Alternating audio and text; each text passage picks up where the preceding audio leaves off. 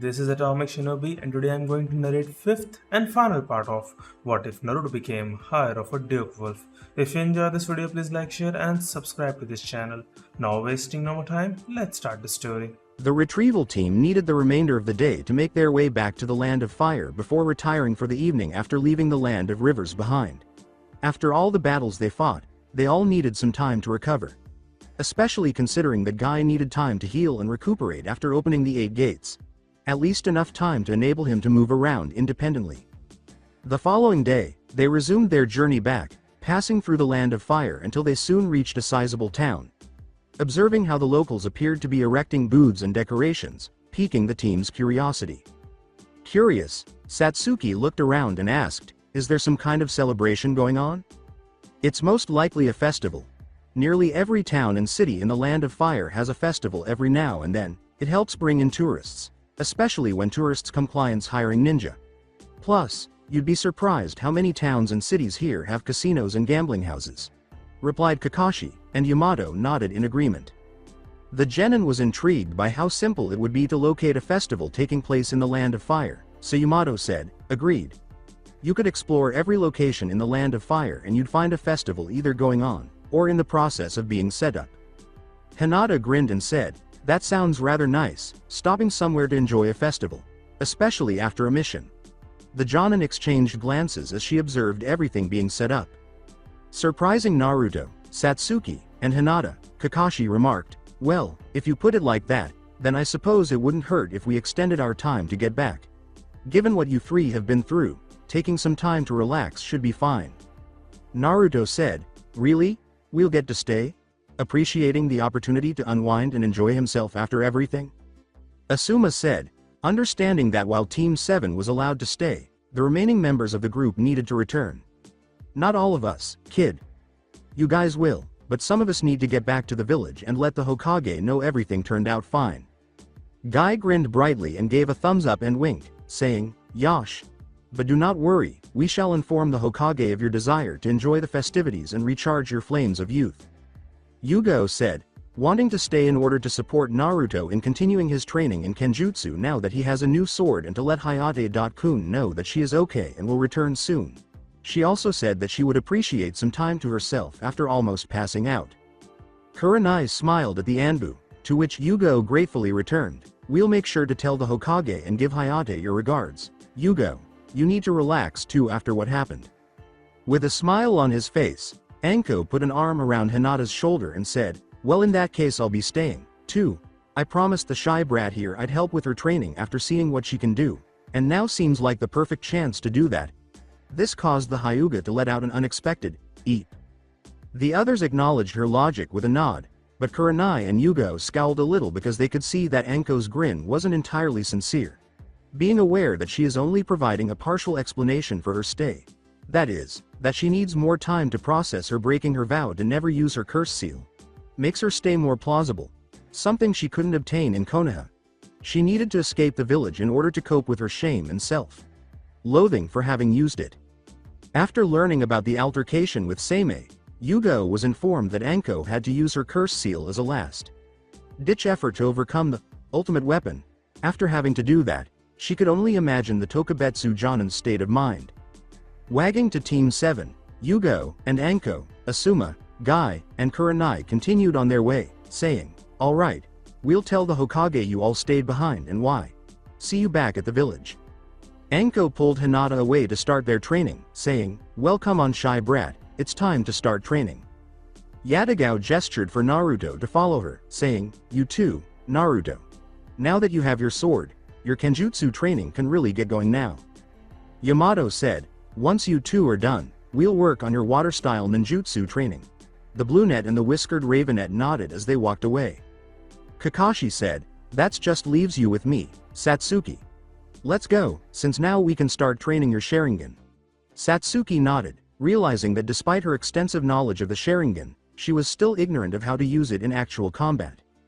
Following their departure, Yamato went in search of a suitable location for Naruto and Hinata to train in water style after they had finished with Yugo and Anko. With Anko and Hinata. As the Purplet led her into the forest, Hinata asked, "So, what will we be doing first, Anko? Sensei?" To Hinata's astonishment and embarrassment, Enko crossed her arms and said, "First off, lose the jacket." WH. What? Was Hinata's response to the unexpected and unusual request. Enko said, making the brunette gulp a little, "You heard me, take off your jacket." Then, with hesitation, the brunette unzipped and removed her jacket, exposing her mesh armor shirt underneath, which shocked Enko by doing nothing to conceal her surprisingly enormous breasts. To Hinata's shame, Enko said, "Wow, no wonder you wear that jacket if you're hiding those." Hinata questioned, Why did I need to take off my jacket?" She was curious as to why she had to do that during their training. Even though your teammates' clothes aren't as revealing, they certainly help show she's not afraid to show what she has, Enko said, nodding in agreement from Hinata, who was aware that kunoichi do use their bodies and appearances for seduction. Simply put, a kunoichi's greatest weapon is our body. You see how me, Kurenai, and Yugo all dress, it shows off how we look. Enko continued, knowing Nejibana would greatly enhance Hinata's fighting style, I'm sure you'll find it really useful, given your fighting style revolves around getting in close to enemies to hit their tenketsu. Not to mention that new trident you got being able to create water, which will really go well with your lightning style ninjutsu. Glad to hear that Nejibana will work well when combined with her lightning style ninjutsu, Hinata grinned and said, "Thank you, Enko Sensei." Not to mention giving her access to a water source at all times to aid in the practice of water style ninjutsu. Enko said, taking a storage scroll and opening some books on human anatomy. Okay, so the first part of your training will be the best spots to hit opponents with Senbon, but without using your Byakugan to just see in their bodies. So we'll be going over these first. Hinata questioned, perplexed as to why Enko would only have these books with her. Why do you have these? She shivered when she saw the purplet's sly smile. Pulling out some Senbon, Enko said, I like to show anyone I interrogate just all the ways I can hurt them. It gives them a chance to squeal before I make them cry. Now get to reading. Once you're done we'll be going on to the next part of training. Live demonstration and working on your dodging. To which the Hyuga responded nervously, now get to reading. With Yugo and Naruto. In the meantime, Yugo and Naruto discovered a clearing in the forest that provided them with lots of room for training. Yugo looked at Naruto and asked, so, what exactly kind of abilities does Zangetsu have, now that it's awakened? He was interested to know what powers his sword had acquired. I don't know everything it can do, but while fighting Seimei I learned that Zangetsu has the ability to assimilate the powers of anything it destroys. Since when I destroyed Seimei's weapons, the ones the celestial symbols men used, it gained the ability to manipulate wind and fire, absorb chakra and extend out while turning into a dragon with my chakra. While I can also use an attack called Getsuga Tensho, which was powerful to wipe out all but one of the Takumi ninja that were left, and only because the last one tried running away. Naruto clarified, much to the delight of the weapon is. That is truly amazing, Naruto. Your blade is truly unique, Yugo said with a proud smile on her student's face before becoming serious.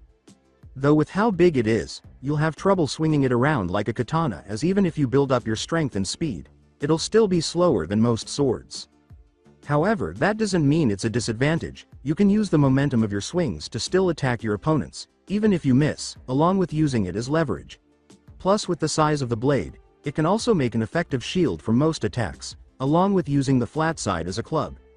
Yugo explained, aware that Zangetsu's size means they'll need to alter his training. Knowing that Zangetsu could change forms when he awoke it, Naruto said, okay. But Zangetsu may get a smaller, katana form while I learn more about its power. Zangetsu could also acquire a new form through additional training. That's true. But for now, we'll concentrate on its current form, which means we'll be honing your strength and speed to become more proficient with wielding it and swinging it around. So, you'll be doing laps while I throw kunai and shuriken at you, which you'll need to deflect with Zangetsu. Yugo said, and the Uzumaki nodded before pulling out Zangetsu and sprinting away from the purplet's attacks. With Kakashi and Satsuki. Once he and Satsuki found a good training ground, Kakashi said, so, I guess it goes without saying, you already know the Sharingan is able to predict opponents' moves, copy ninjutsu, genjutsu, and taijutsu it sees with near perfect accuracy, and it can cast genjutsu just by making eye contact with someone. Satsuki said, aware of all the fundamental skills the Sharingan bestows upon her, yeah, I know all of that. It gives me enhanced perception so I can also do things like read lips to know what someone is saying or copy their movements. With its abilities becoming more enhanced the further it's developed, being at its strongest once both eyes have 3 tomo each. The copy ninja nodded in agreement. That's correct. However, there are limitations that you only really learn about through experience. For instance, while the Sharingan grants you enhanced perception, allowing you to see fast moving objects coming at you, and once it's fully developed it gives a measure of predictive capabilities, letting you anticipate an opponent's moves from just the slightest muscle tension in their body, allowing you the chance to act accordingly to dodge or intercept them. However, that depends on your own physical capabilities, explained Kakashi, causing the Ravenet to FR. Satsuki nodded at Kakashi once more, saying, meaning if I fight someone that's faster than I can dodge or intercept, it won't matter if I can see them coming. Kakashi answered, yeah. To take full advantage of the Sharingan's predictive capabilities, you need to make sure your own physical abilities are at their best, otherwise all you'll be seeing is how your opponent will beat you. Satsuki nodded, realizing she would need to improve her strength and speed. As for the Sharingan's copying ability, the same applies to that. While you can copy ninjutsu, genjutsu and taijutsu, you need the ability to actually use them effectively. For instance, just because we can copy someone's kekkei genkei, doesn't mean we'll suddenly be able to use it, we'll just know how it's done. Though it is possible to replicate sub-element kekkei genkei, as long as you know how to use the nature affinities they make up. I'm able to use Hyoden after copying some ninjutsu for it during a mission to the Land of Snow, but I'm only able to manipulate existing snow and ice rather than creating it myself, like those who have the Hyoden kekkei genkei. Kakashi said, surprising Satsuki that he knew. Does the same apply to taijutsu? I can copy it, but if I don't have the same physical abilities of who I copy it from, I wouldn't be able to use it to the same extent, Satsuki replied. Once more, if you were to copy the Goken from Guy, you could do so flawlessly. However, to use it as efficiently as possible, you would need to significantly improve your strength and speed, Kakashi responded, happy that she had recognized the limitations. Now let's go over some of the Sharingan's abilities you might not know about. In addition to being able to predict an opponent's moves, it can also let you anticipate the nature of the technique they'll perform by reading their hand signs and be ready to counter it, but only as long as you can physically see their hands. Another is that with enough experience and advancing your visual prowess enough, you can look into an opponent's mind through eye contact to look through their memories and see what they're capable of, allowing you to know what their next move is, before they do it. Kakashi stated, surprising Satsuki that a powerful Sharing might be able to access a person's memories. This one also isn't an ability per se, but many believe the Sharingan can let you see the future, but it's really just genjutsu. The first thing to do is you need to perfectly mimic your opponent's moves, along with carefully observing them to mimic their thoughts and words they'll say, speaking them before they do. Then is when you cast a genjutsu, implanting a suggestion into their mind, usually something like performing the hand signs for a jutsu you'd both know, then copy what the jutsu they use. Once that's done, you can complete the jutsu first, while confusing or delaying them with the Sharingan, giving the illusion you see the future, said Kakashi while Satsuki nodded along, feeling eager to develop her Sharingan further. Satsuki asked, what will be working on first?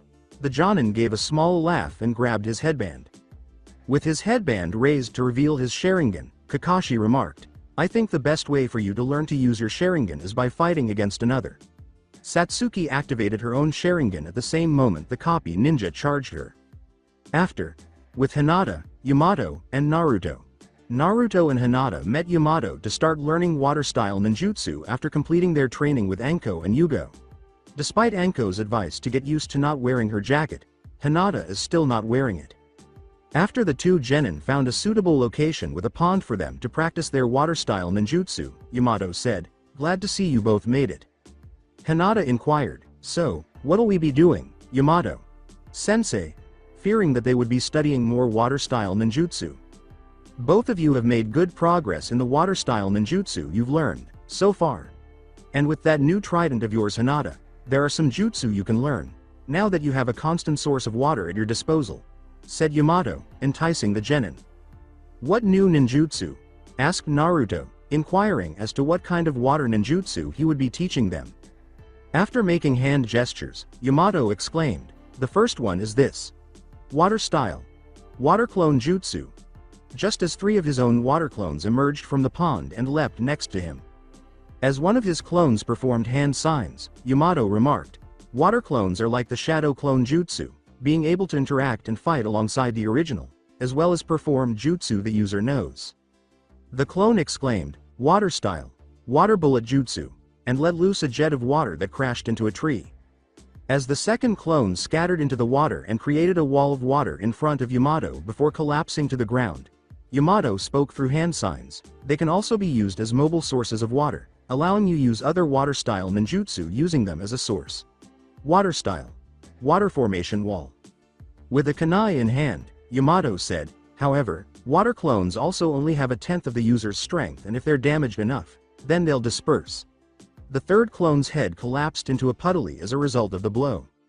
As the first clone vanished into a mist cloud that covered the clearing before vanishing, Yamato said, "But if a water clone is being damaged, it can also disperse into mist, providing cover." Hinata nodded in agreement, understanding that water clones would also be useful in enhancing her lightning style. Naruto continued, "Since they're made of water, they could also be used to drench enemies, making them more vulnerable to lightning-style ninjutsu." Yamato exclaimed, "Very good, that is another use of water clones. That also leads to the next jutsu I'll be teaching you both. Water style. Black rain." And then made hand gestures as a small cloud formed out of the black mist that was rising in the sky above them and started to release black rain. The genin scowled at the sight of it, but before long, he could smell what it was and realized it wasn't raining outside. "Is this oil?"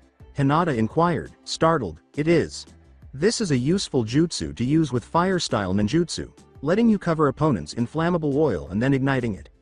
With an added bonus being that if an enemy uses fire-style ninjutsu, they won't be able to without lighting themselves on fire. And it can still be lit with lightning style as well, giving you 2 methods to trap an enemy and limit their own attacks should they use fire or lightning." Yamato clarified as he repeated the hand signs. "Water style. Starch syrup capturing field." Yamato exclaimed, then flung out what appeared to be a sizable volume of water. Only for Naruto and Hinata to notice that instead of shooting forward, it fell to the ground, spreading out and appearing rather heavy and sticky. Naruto said, crouching down, "I'm guessing this is to get enemies stuck." He touched the water and discovered it was extremely sticky. "Yeah. The water has a much higher viscosity than normal, making it incredibly sticky and difficult to move once it touches you. And if you don't capture an enemy when you first use it, it can still help limit their movements, since they'd have to avoid getting caught in the syrup." Yamato replied, enticing Hinata with the jut. Hinata asked, "Do you think I'd be able to use Nejibana to create water like this?" She was curious as to whether she could alter the water that Nejibana produced to have more viscosity or other characteristics.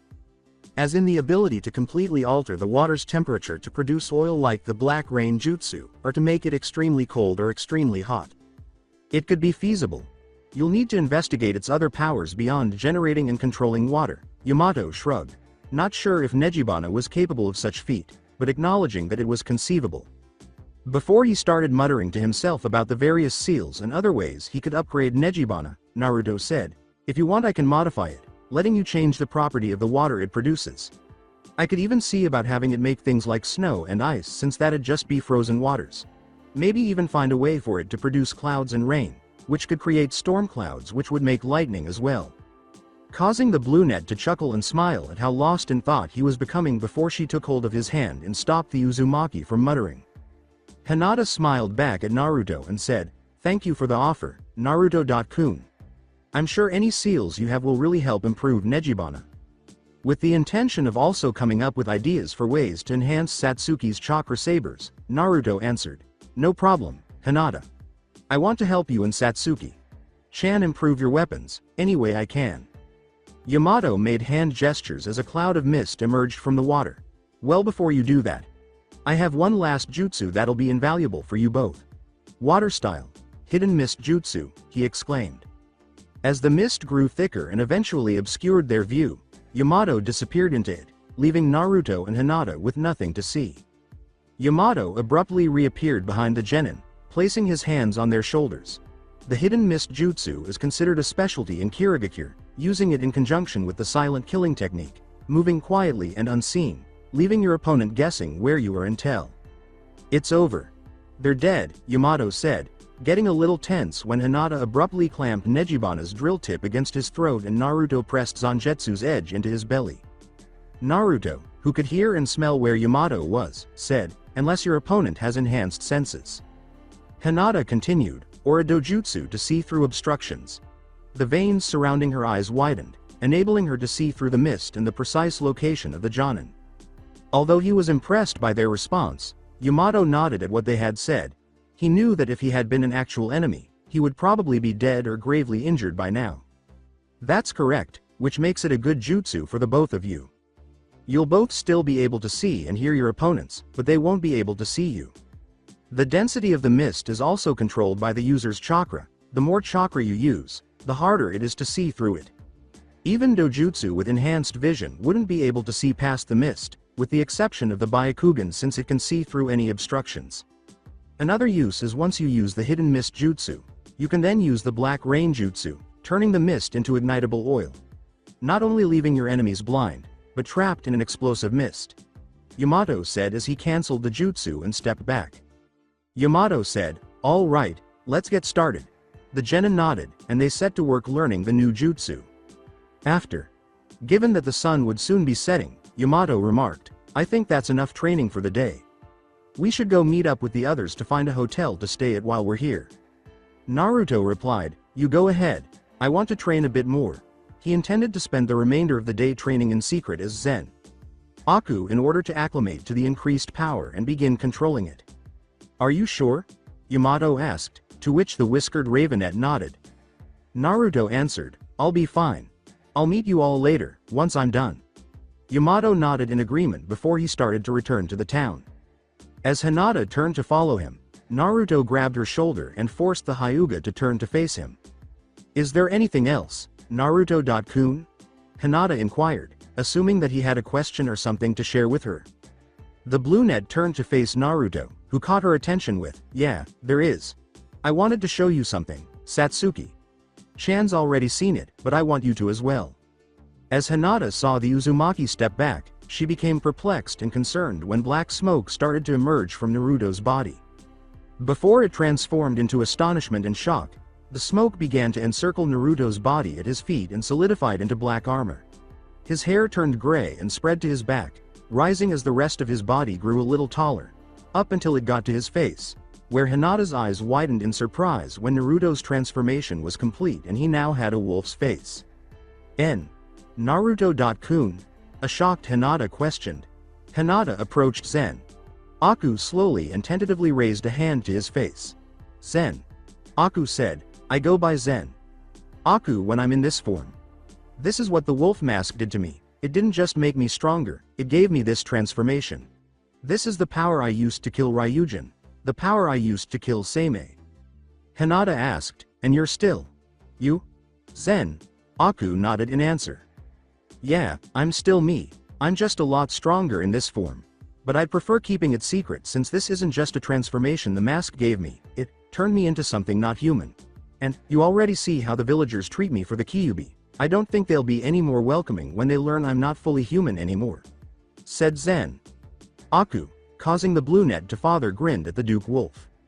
Happy and touched that he trusted her enough to show her this, Hinata said, "Thank you for trusting to tell and show me this, Naruto-kun. I promise that I won't tell anyone." Hinata merely shook her head when Zen Aku uttered, "I know, I wanted you and Satsuki-chan to know what I am." Hinata said, not caring what people would think or say about Naruto now, she still believes that he is the same. "You're not a what number matter what transformation you have or if you're still human, you're still the same Naruto-kun." Zen Aku, relieved that she, too, did not perceive him in a different way, said, "Not quite the same, but thank you Hinata."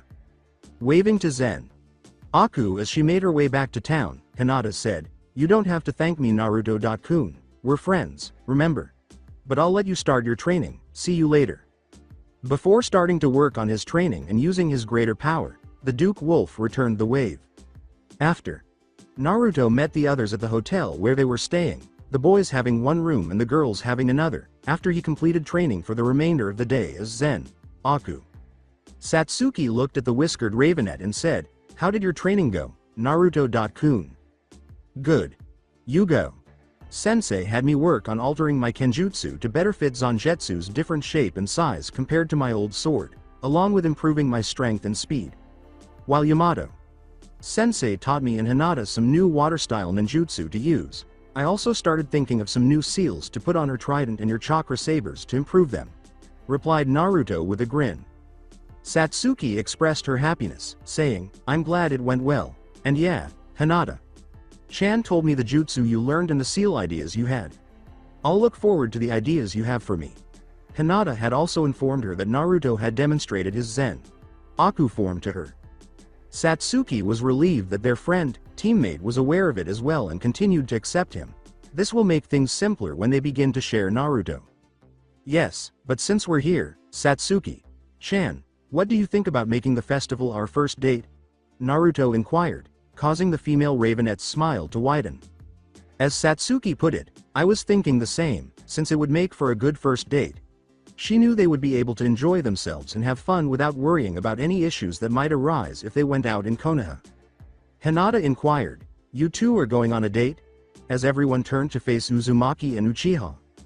Yugo quickly covered her mouth as Naruto and Satsuki blushed at her words. "Huh? You brats really don't waste time, do you? Already making out the moment you get together. Now not even a day later you're going on a date. Should we be expecting some mini brats by the end of?" Enko smirked and said. "Good job, Naruto. You're showing real initiative, but since you're still new to this, as your sensei I find it my responsibility to help guide you on such a task." Kakashi smiled with an eye. "Not wanting any advice from the copy ninja," Naruto said, "you really don't." To the Uzumaki's dismay at having them help him, Yamato said, "It's perfectly fine. It's our responsibility as your senseis to teach and guide you." Yugo grinned at the female Ravenette and said, "We'll also be happy to help you prepare, Satsuki." Hinata continued, wanting to support her friend in having the ideal first date with their crush. "Yeah. It'll be important to make sure everything goes perfectly." Anko moved Yugo's hand and said, "That's right, brat. And the most important thing is to have the perfect spot planned out for when you foo." But the Anbu quickly covered her mouth. As Satsuki's blush deepened, she realized that Yugo had predicted the Tokubetsu Jonin's next move and warned him, "Don't even think about it." "Thank you very much. It's getting late, so we should go get dinner now," Satsuki said, and Naruto nodded rapidly. "Yeah. Let's go," exclaimed Naruto, eager to leave before more awkward remarks were made. After dinner, the ninja made their way to the hotel's hot spring, which was separated for men and women, to unwind in the hot water after everything. Satsuki, Hinata, Yugo, and Enko proceeded to the female side and entered the changing room, storing their clothes and swabbing themselves dry with towels. Satsuki felt her eye twitch at the sight of their bodies, but she couldn't resist staring at the others. Hinata's large D-cup breasts, which Satsuki knew were very soft, bare snatch and heart-shaped ass, along with her smooth skin with hints of muscles from her training, show how much of an early bloomer she is. But Anko and Yugo were even more advanced, with toned, curvaceous bodies as a result of their training. Yugo's toned rear, long, smooth legs, and more modest looking, firm looking CC-cup breasts were all noticeable. And Anko, who had the biggest bust, a low D-cup with a high D-cup, who had wide hips, an equally toned ass, and the ideal combination of curves in all the right places, combined with her already skimpy clothing, demonstrating her self-assured sense of style. Even so, Satsuki was aware of her own decently sized C-cup breasts, her smooth, pale skin, which was made more noticeable by her dark hair and eyes, her nice, toned, heart-shaped ass, and her bare pussy. Not only could she see how much more mature and curvaceous Yugo and Anko are, but she could not help but be annoyed at how much more developed her teammate was. Hinata looked at her teammate and said, "Satsuki-chan, come on." She was unintentionally holding her towel against her breasts because she knew the expression on Satsuki's face from their shared bath, the moment before she started touching her. Satsuki followed the brunette to the hot spring and muttered, "Yeah, yeah." After observing their departure, Yugo turned to face Anko and scowled when he noticed her sitting on a bench with a hand resting over her shoulder, causing the Anbu to approach and take a seat next to her while giving the other purplet a gentle look. Yugo spoke softly as Anko firmly gripped her shoulder, You can talk about it, if you want. I never judged you for that, Mark, and I certainly won't after you were forced to use it. I swore I'd never use this damn thing, that I'd never let that bastard have a satisfaction about me using his so-called gift. But I had to, that bastard Seimei was too strong. He even forced Guy to use the 8 gates, only for it to do nothing, and we all would have been ash if Kakashi hadn't done whatever it is he did with his Sharingan. We could barely touch him, and I thought that this damn thing would help me kill him before he killed us. Or that since he could absorb chakra, then absorbing my chakra while I was using it would, I don't know, poison him or something. Weakening him enough that we could take him out. But it did nothing. I used it only because I thought it'd help beat him, but he still took us out. So I used it for nothing, Anko said, feeling the most guilt and self-loathing over how she'd been forced to use her curse seal, yet it did nothing to help them beat Seimei. Yugo put her hands on Anko's shoulders and made the snake mistress look at her. Hey, it wasn't for nothing, alright. Maybe you didn't beat Seimei with it, but it still helped you all last longer against him, Yugo said, putting her hands on Anko's shoulders. Even if you used it, Anko, it was for the right reasons. You used your curse seal to help protect your comrades and fight someone that was trying to kill you all, that was planning to kill every ninja. All it is a tool you use to make yourself stronger, nothing more, nothing less. Now I'm not trying to say you should use it, but that when it comes down to it, you showed that you'll do anything to protect your friends and comrades, even doing something you'd never want to do. That is what's important, the reason why it happened, not that it happened itself. And I'm sure the others would all say the same thing, said Yugo before pulling Anko into a hug, surprising the purplet before she soon returned the embrace. After hearing all of that, Anko felt a little better and said, thanks, Yugo. No problem. And just one last thing, if anyone should feel satisfied, it's you. Orochimaru didn't think you had the drive to fuel that thing, and you don't. You don't have the drive to fuel like he would have wanted, to only care about the power it gives you. You have the drive to use it to protect those you care about, and that makes you stronger than he could ever have imagined, Yugo said, making Anko smile at her words. Anko grinned and said, okay, enough sappy crap? We're here to get wet and steamy, aren't we? Yugo groaned but grinned at Anko's improvement in mood.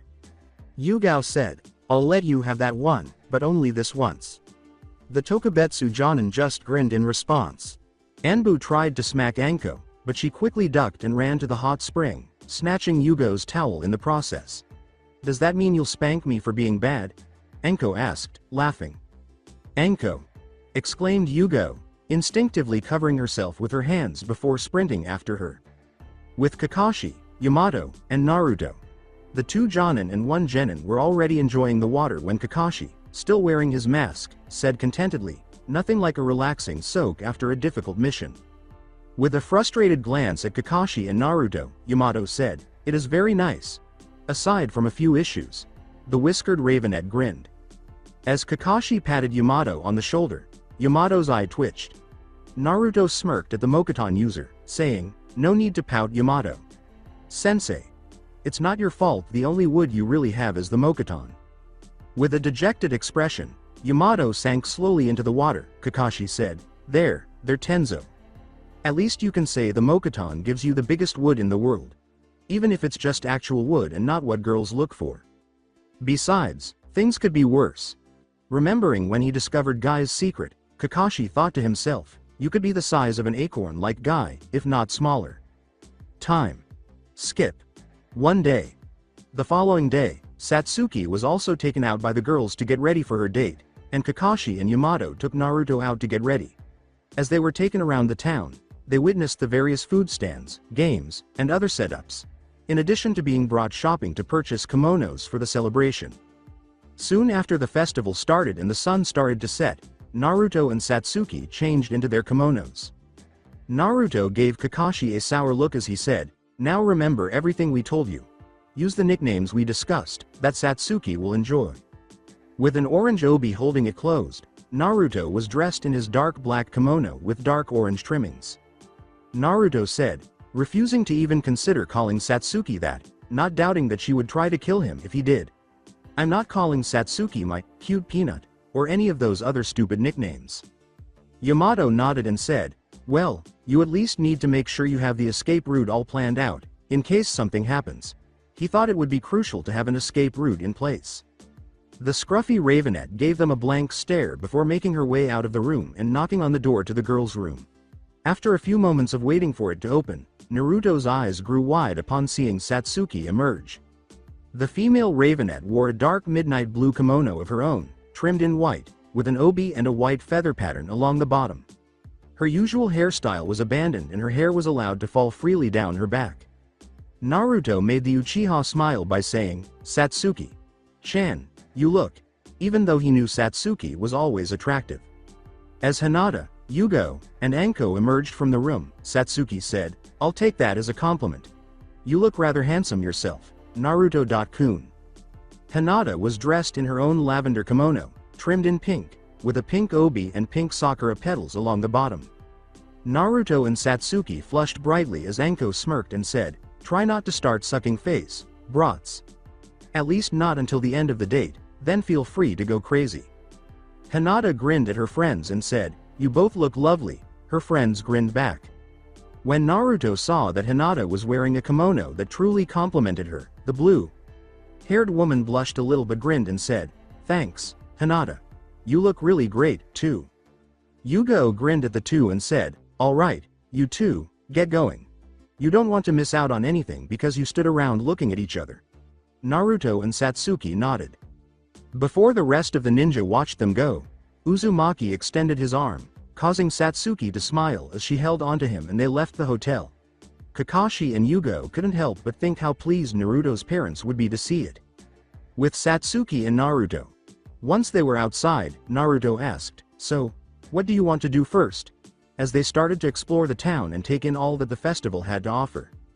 Satsuki pointed to a game and said, "Let's play some games, that one looks fun."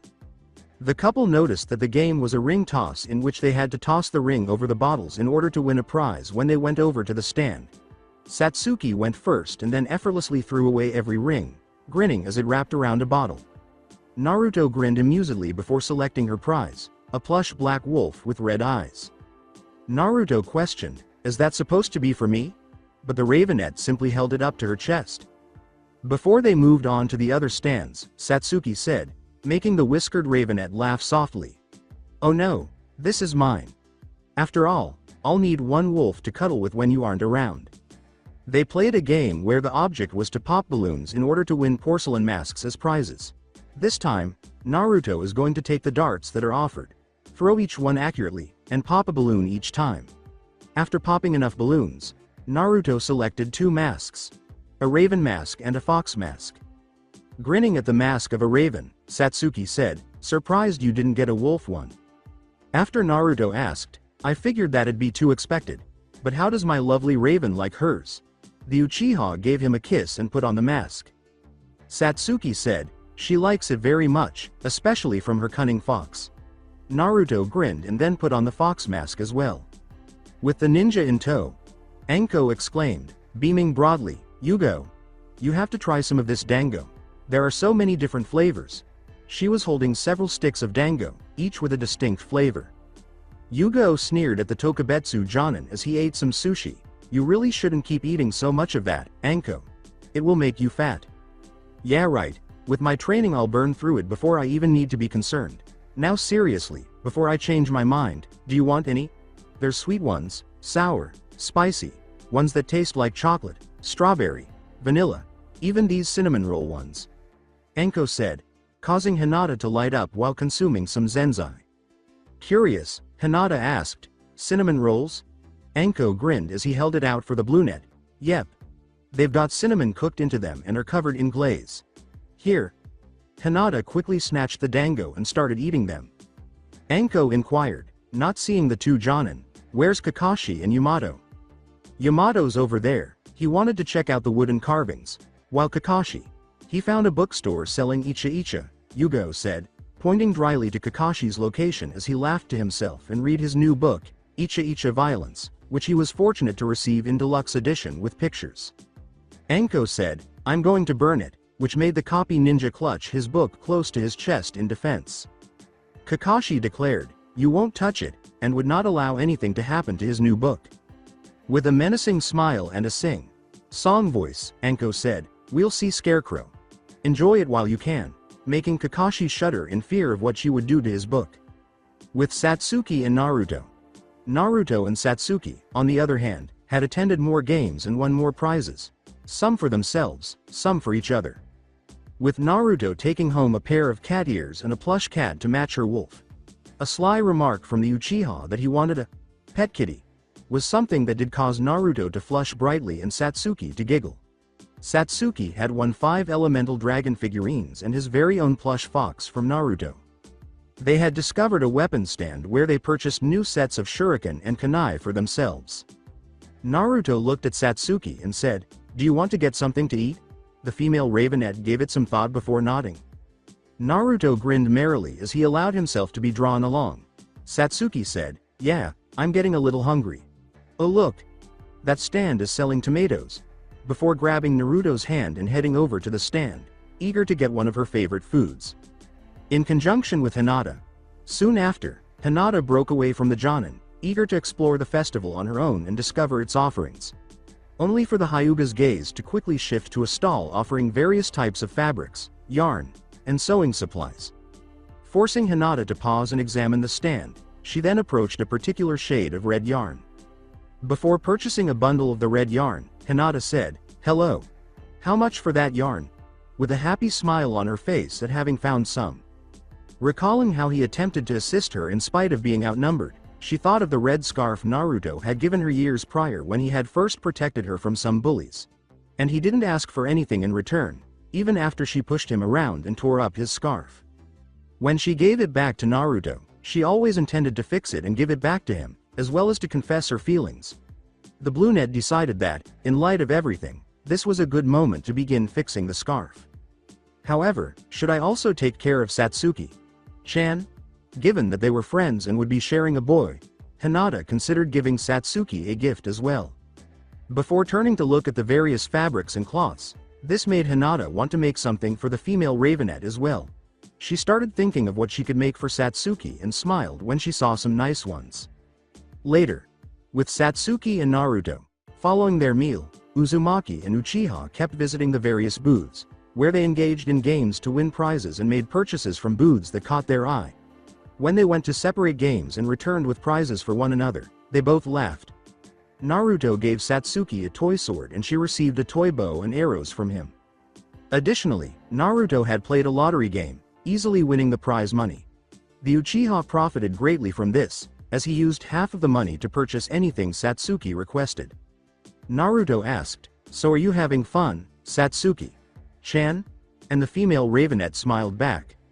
Enjoying her freedom and being with her beloved, Satsuki replied, "The most fun I've had in a while, Naruto-kun." Before Satsuki's focus quickly shifted and she noticed Hinata ahead of them, Naruto also soon became aware of the blonde. As they caught up to the Hyuga, Satsuki yelled, "Hinata!" and Hinata turned to face them, startled, then grinning. "Naruto-kun, Satsuki-chan. Are you two having fun?" Hinata inquired, observing all of their purchases and winnings. Wondering what she had been up to, Naruto asked, "Yeah, we played plenty of games, bought some stuff from stands and got something to eat. What about you?" The couple was not shocked to hear Hinata's sheepish chuckle as she said, "I've mostly been looking around, visiting some stands to see what they were selling. I've seen Kakashi, Sensei, Yamato, Sensei, Yugo, Sensei, and Anko. Sensei a few times. Though, last I saw them, Anko Sensei was chasing Kakashi Sensei because of his new book." Satsuki surprised Hinata by saying, "Well, if you want, you could join us." Hinata then shook her head.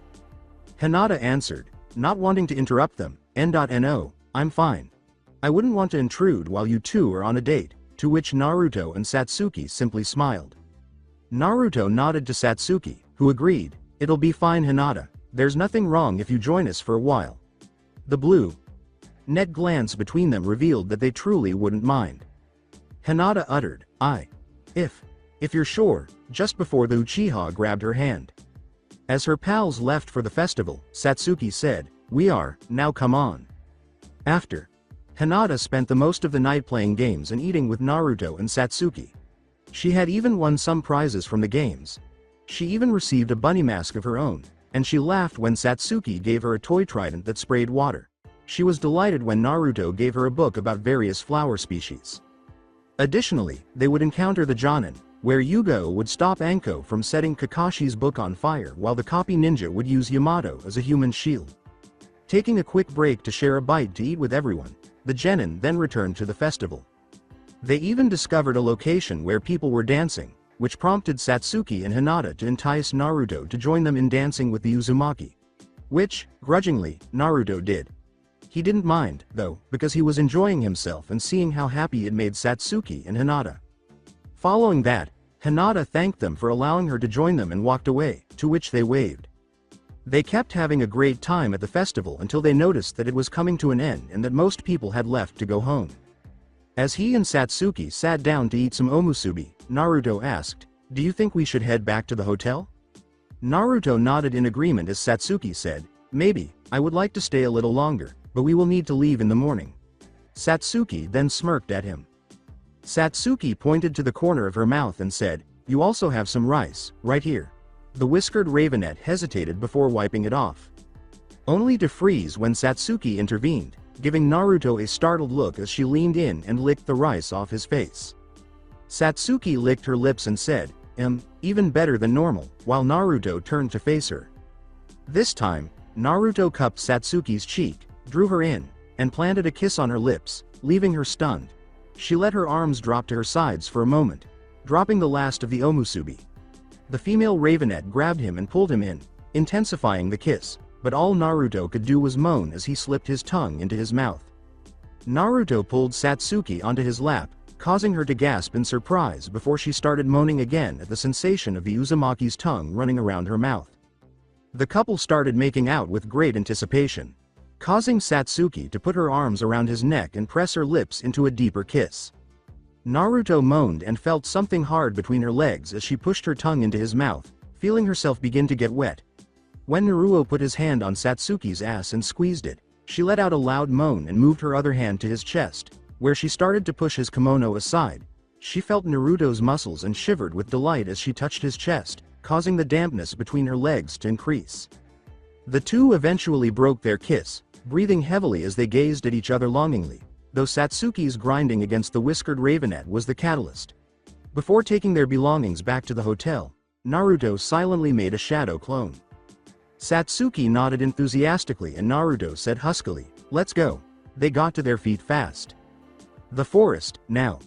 Satsuki exclaimed as they hurriedly started to move toward the forest, losing all sense of their surroundings and concentrating only on their present objective. The brunette noticed her teammates walking by her without a look, which caused them to vanish as they passed Hinata. What is their destination? Hinata was perplexed and intrigued to see that Naruto and Satsuki appeared to be leaving town. She was even more intrigued by how hurried they appeared to be. Hinata couldn't resist following them, curious about their destination and the reason for their haste. With Satsuki and Naruto. Soon after entering the forest, Naruto and Satsuki wasted no time in pressing Satsuki up against a tree and putting his hands on her hips as Satsuki wrapped her arms around his neck. The two began their makeout session by slamming their lips together and groaning. Soon after, Naruto returns his hand to Satsuki's behind, kneading and squeezing it until the ravenet let out a loud moan. She merely squeaked with pleasure when Naruto spanked her and then raised her leg, encircling his waist with it. As Satsuki's hands go from Naruto's neck to his body, firmly grasping his arms to draw him in, they then moved to his chest. She moaned with pleasure as she felt his muscles beneath his kimono, and then she started to push it open, take off the obi, and push it off his shoulder. Naruto was only wearing his boxers when the Uzumaki moved his hands to allow her to push off the kimono. Before Naruto also undid Satsuki's kimono and removed it from her, he noticed her navy blue underwear and his eyes darkened with desire. Her breasts were left bare, revealing her hardened pink nipples as well as the expanding wet spot on her underwear. Right up until Satsuki took hold of his head and reclaimed his lips, at which point they resumed their passionate kissing, touching every part of each other's bodies that they could. They both failed to notice Hinata, who was standing outside the trees, staring at them with wide eyes, shocked and agitated. Hinata thought to herself, nar. Naruto.kun a.a.an.an.and s saw. Sat Satsuki. Chan. Her whole face burning at the sight of her friend and Crush making out and groping each other. Hinata was so spellbound by the scene that she didn't even realize that one of her hands was reaching through her kimono to touch her breast and the other was tracing her body all the way to her crotch. She gasped as her fingers touched her panty clad pussy, sensing she was getting wet herself, and was abruptly brought back to reality. Hinata quickly put some distance between herself and Naruto and Satsuki so she wouldn't be noticed while activating her Byakugan. She glanced at them again to see if they heard her. Unable to control the impulse to keep observing to find out what occurs. Hinata collapsed, her head resting on Naruto's shoulder as she gasped at the length of their journey, and Satsuki leaned on his side, her head resting on his other shoulder. Before the three of them passed out, the whiskered Ravenet instinctively wrapped his arms around his new companions. Shortly after the genin nodded off, Anko and Yugo leapt from the trees where they had been hiding it. Stunned and aroused by what they had just seen, the two purplettes had wide eyes and flushed faces. They followed their chakra signatures into the forest and offered to go look for the genin when they failed to return to the hotel. When they got close to the end of the trio, they were taken aback and could not believe what they were witnessing. When they finally regained consciousness, they had no choice but to wait or face the possibility of Naruto, in his feral state, coming after them. They were both too stunned to attempt to interrupt. I'm glad the genin, for however long they were out here, quickly passed out. So, that happened, Anko said as Yugo silently moved forward to remove Hinata from Naruto. Hinata blushed more as they both groaned at the action. Prior to making two clones, she carried Satsuki and Naruto as well.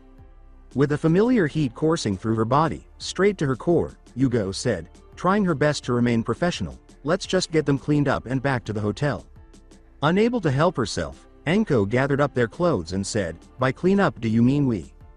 At a bathhouse, Anko. A bathhouse, exclaimed Yugo, glowing with surprise at her suggestion. Anko grinned shamelessly and said, I know, I was just kidding. Kinda, causing the Anbu to sigh heavily before they slipped into a bathhouse to clean the genin. Yugo said, reminding Anko and herself that she is engaged to Hayate, I'd like to remind you I have a fiancé.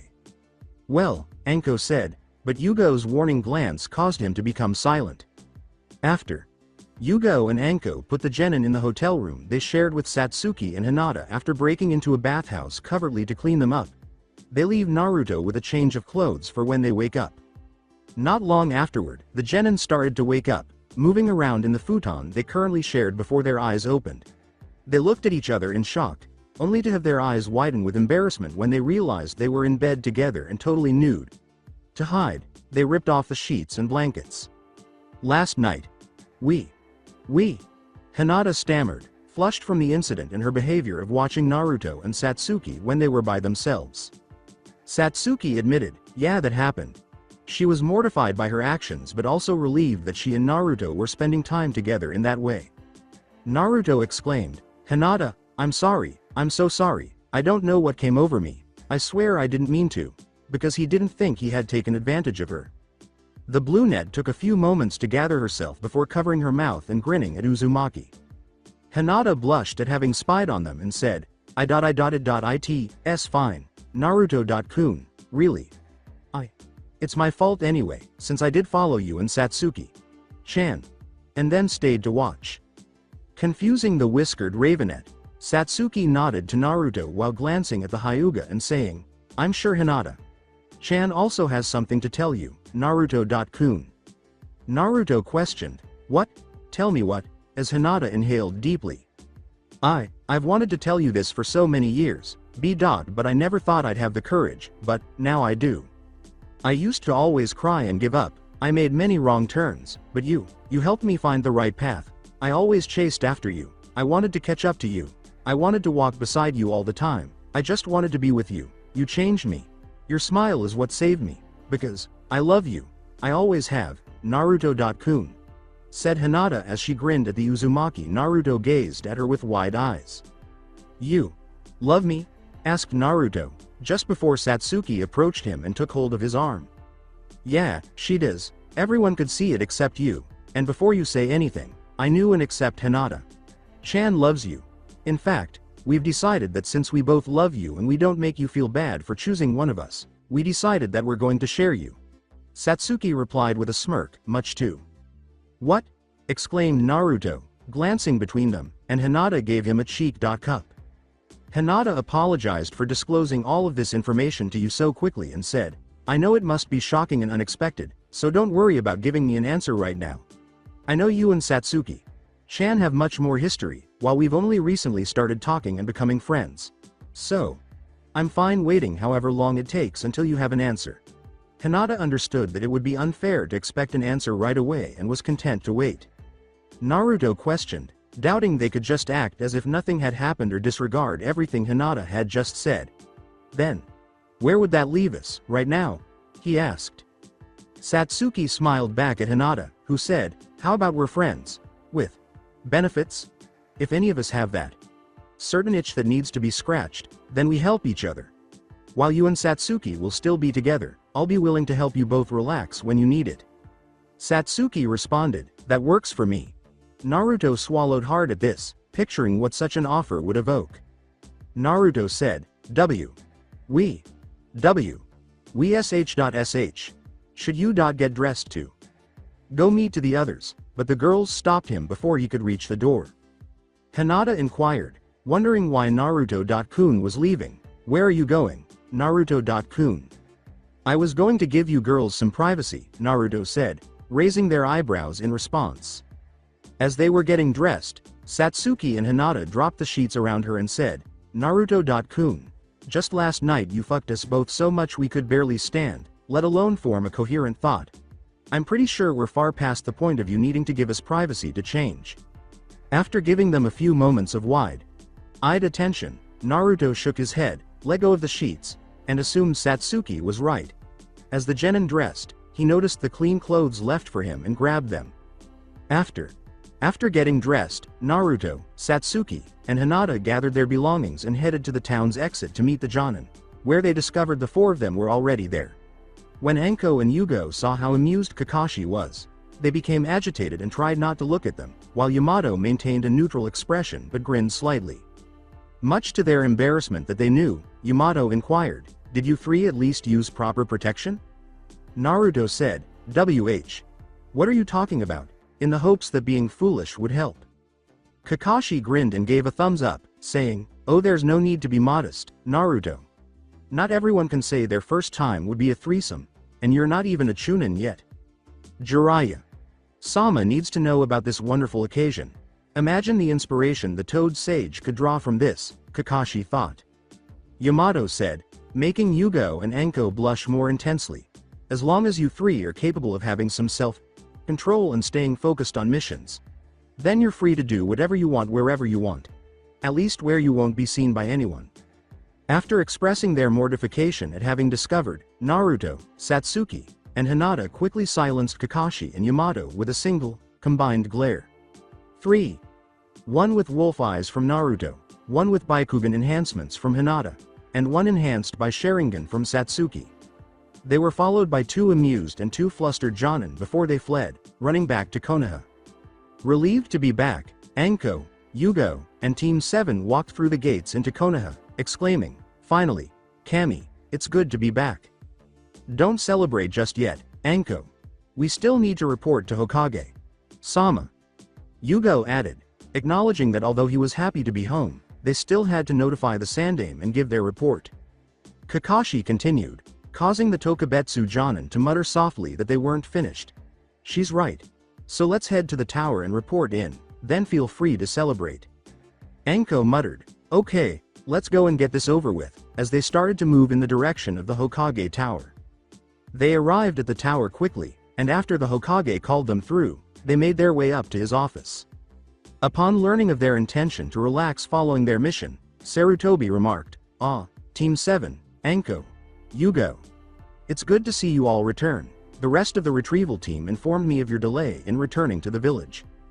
Glancing at the Genin and Anbu, Hiruzen said, now that Asuma, Guy, and Kurenai have all given their reports of what happened, I'd like to hear from the rest of you as well, especially both of you, Naruto, Yugo. After stepping forward first along with Yamato and Anko, Kakashi said, of course, Hokage Sama. Each of them reported what had happened, detailing how they had first encountered Ryugen and his allies and how Hinata and Satsuki had pursued them. As the rest of the team advanced, Kurenai, Anko, Satsuki, and Hinata remained behind to battle the Takumi ninja. After that, Asuma stayed behind to battle Kujaku, and Guy stayed to battle Suiko. As a result, after their battles ended, Ryugen, Kujaku, Hoki, and his surviving allies were faced by Kakashi and Yamato. The rest of the retrieval team soon followed, but it was too late as Hoki gave his life to complete Seimei's resuscitation. Sarutobi frowned curiously at the whiskered ravenet and said, "Yes, the others told me the same. Along with how you were the one to defeat Seimei, Naruto. How exactly did you manage to do that?" Naruto then moved forward.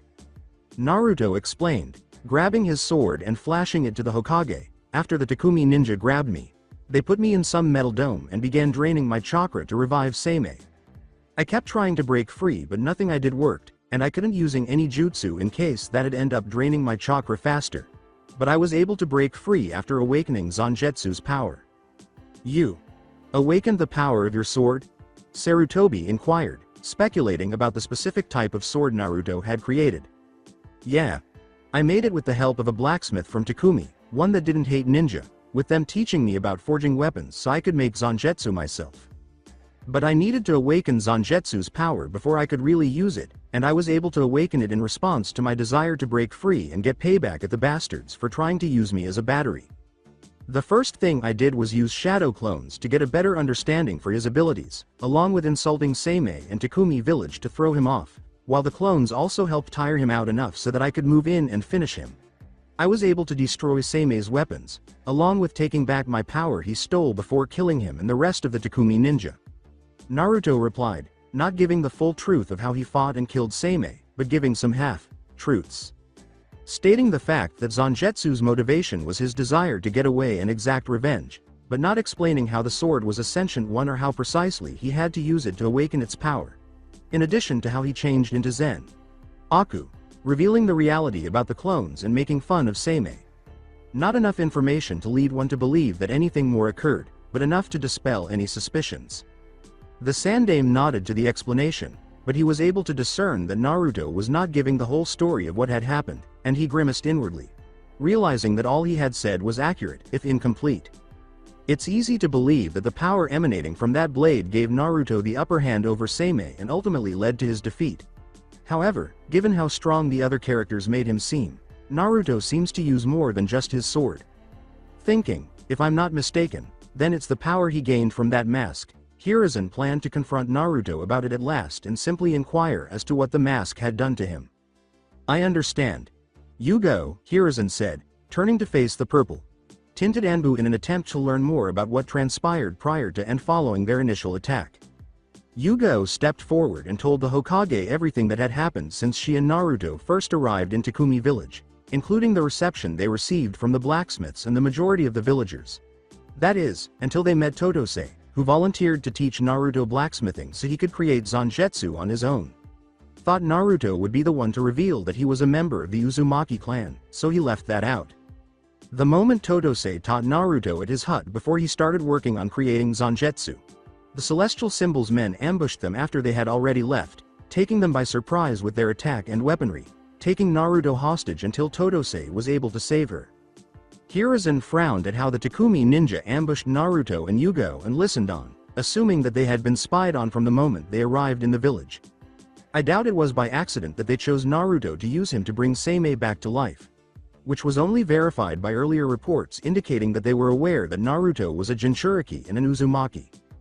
The Sandaime were concerned about how they discovered that information and made a mental note to use greater caution when assigning ninja to new locations, particularly to locations where there is animosity toward Konoha or the ninja in general.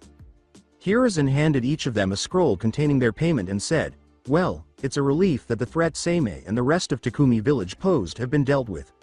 All of you performed splendidly in completing your mission and will receive payment for fulfilling an A-rank mission." The team nodded in thanks as they accepted the scrolls. The Uzumaki scowled a little at what Sarutobi was specifically asking him to talk about when he said, "All of you are dismissed except for you, Naruto. There's an important matter I wish to discuss with you." Before they were led out of the office and leaving only Naruto and the Hokage, Satsuki and Hinata wondered what the Hokage wanted to talk to Naruto about. Naruto asked, tensing slightly when Hiruzen made a hand sign that caused seals to glow along the walls, floor, and ceiling. What did you want to talk about? Naruto asked. Hiruzen explained, it's just a privacy seal to make sure we aren't interrupted or have any unwanted listeners. She would rather not take any chances that someone might overhear what she would say.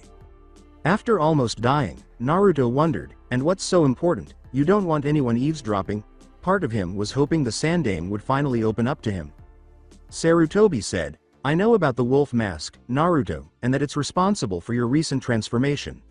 Naruto's eyes widened in shock before becoming suspicious. Furious at the thought that he was being spied on, Naruto demanded, how do you know about that? Have you been spying on me or did you have a Yamanaka find out? I was wondering if the Hokage had anyone else who knew about the mask, or if he even had a Yamanaka try going on in his head, or if Kakashi, Yamato, and or Yugo were spying on him. Assured Hiruzen, scowling slightly when the whiskered ravenet continued to stare at him suspiciously, no, I have neither of those things Naruto, I swear it.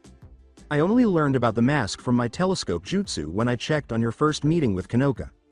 I merely wished to make sure both of you were fine, and I was surprised when you told her, Satsuki and Hinata about the mask. Though Naruto was relieved that he didn't know everything about Zen, Aku or the mask, he was also concerned that if he could watch him in that way, then perhaps someone else could do the same without knowing about it. Hiruzen started to say, Naruto, despite what you may think of me, I do care about you and only want to make sure you're safe. And whatever that mask did it. But was interrupted when Naruto started laughing mockingly and could not stop laughing. Naruto shot back, shocking Sarutobi with his outburst, It changed me. Made me a different person. Is that what you believe? That putting that mask on turned me rabid? Or maybe this is just the real me? You say you care about me, but you sure as hell never trusted me. How many times did I ask you why everyone hated me? How many times did I ask you who my parents were? You knew about the Kyuubi but you never told me. I had to learn it from a traitor that tried to frame and kill me. You never even told me that I'm part of a clan whose symbol that nearly every Chunin and Jonin in this village is wearing on their back. And my parents, I still don't know who they are, but after everything I have a pretty damn good idea. Naruto said before subtly staring at the Hokage monument, causing the Sandaime to gulp.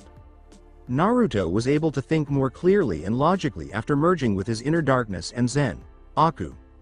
This was made possible by his newfound understanding of the Uzumaki clan from all that Totose had taught him. Among them was Mito Uzumaki, the wife of the Shodai and the first Jinchuriki of the Kyuubi.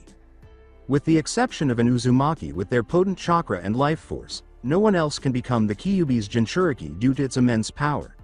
After Mito's death, Totose also disclosed that there had been another Uzumaki that held the Kyuubi. Regretfully, he never found out their name. All he knew was that even among their clan, they had a unique chakra that made them ideal for holding the Kyuubi. Naruto was aware that Uzumaki, whoever he was his mother.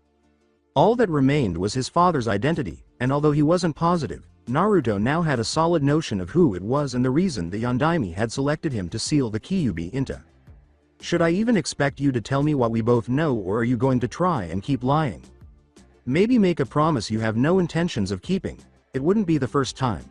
You wouldn't even tell me the one thing I wanted to know about my parents, more than even knowing who they were. You refused to just tell me what they were like. If they cared about me, if they loved me, I didn't even ask to know who they were. I would have been happy to just know they wanted me, but you wouldn't even give me that, Naruto said with red eyes as Hiruzen was unsure of what to say. Shutting his eyes, Naruto inhaled deeply to reduce his anxiety, preferring to avoid becoming overly excited and losing his composure. Before he opened his eyes and gave the Sandaime a look, he briefly let down his defenses and revealed his former self. I would give anything to have things go back to the way they were, old man. To go back to still seeing you as a grandfather when I was still a naive and bright-eyed kid, that I could go back to believing everything was alright.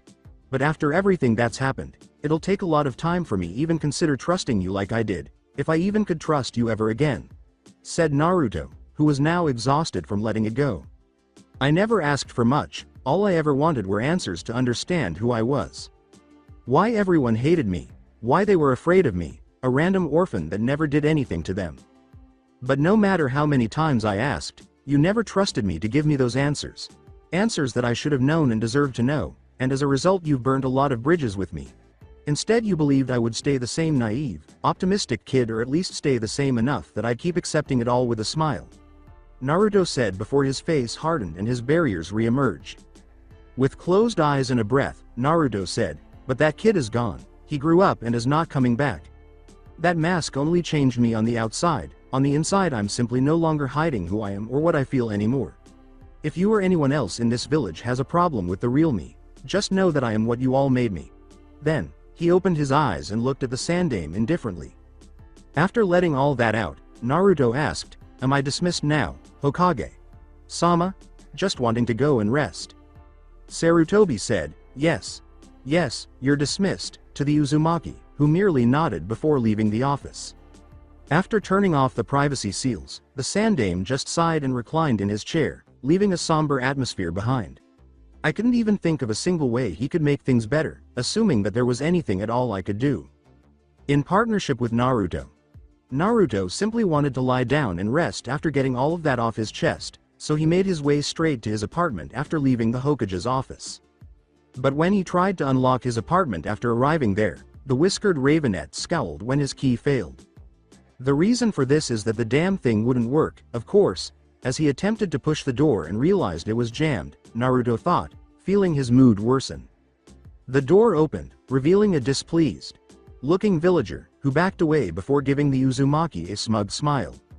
Naruto yelled, "Who the hell are you and what are you doing in my apartment?" threatening to break them if they broke into his place. The new tenant laughed mockingly and slammed the door in Naruto's face. "It's not your apartment anymore, duh. Brat. It's mine, after you were booted out for not paying your rent. And don't worry about anything that was left here, it was all thrown into the trash," the new tenant exclaimed. When he realized that the jerk of a landlord had actually kicked him out for not paying his rent, Naruto grimaced. Something he even did ahead of time, prior to departing with Yugo. In case the journey to Takumi proved to be more involved than anticipated. He wasn't shocked, though, because he knew the bastard would always find a reason to throw him out. Naruto smirked tauntingly as the door opened to reveal the furious tenant. "Joke's on you, dumbass. Like I'd leave anything of value in this shitty apartment in the first place. And if you want it so badly, take it. I'm sure the rats will enjoy having a piece of garbage like you staying with them. I'm sure you also learned the hot water doesn't work with how you smelled worse than actual garbage." The villager said, "You little foo," and attempted to punch Naruto, but the genin grabbed their wrist instead. Naruto flipped the villager over his shoulder, slamming their chin against the railing and bringing them to the ground. The tenant cried out as Naruto stomped on their back and twisted their arm behind them. The villager cried out, "You worthless demon. I'm gonna," before screaming in pain as Naruto slammed his foot into their elbow and broke their arm in two. Before stomping on the villagers' heads and knocking them out, Naruto said, "Consider that a housewarming gift for being stupid enough to piss me off, when I'm already in a bad mood." Naruto shut the door behind him, threw it over his shoulder, and let it fall on the head of the unconscious tenant before ripping the handle off. But instead of going out of the building, the scruffy Ravenet went downstairs to the landlord's apartment and kicked in the door. "Who the hell?" the landlord yelled, only to vomit when Naruto pushed him up against a wall and put his arm around the bastard's neck. The landlord turned pale in fear as Naruto said, "Shut up," before taking out a kunai and whirling it around his finger. The landlord stammered, trying to look brave but failing to hide his fear, "You don't live here anymore, so get out." Naruto stated, "Oh, I'll gladly leave, right after I get my money back." He meant to receive payment for the money he had paid in advance as well as some sort of reimbursement for being abruptly removed from his residence. The landlord shot back, "I'm no. Only to cry out in pain when Naruto stabbed the kunai just inches from his head. To the horror of the landlord, Naruto pulled out another kunai and said, "Either you give me my money, or I'm using the next one to pop your fucking kneecaps off." Naruto glanced at the landlord's office door as he spoke, okay. S.I.I.I.T.I.I.I.I.N.A.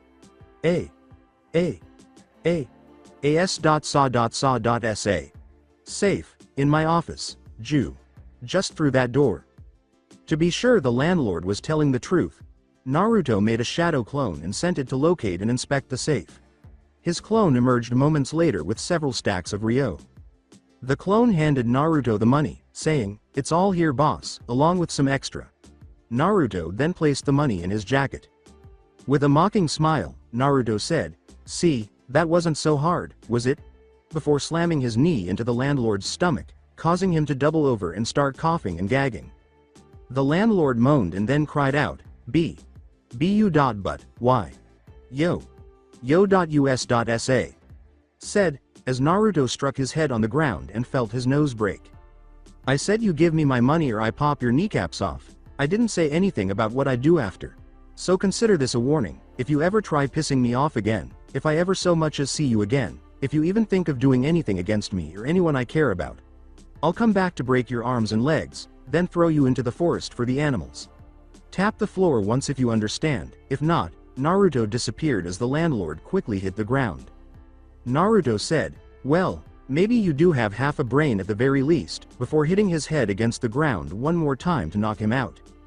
Naruto left the apartment building and made his way to Ichiraku's.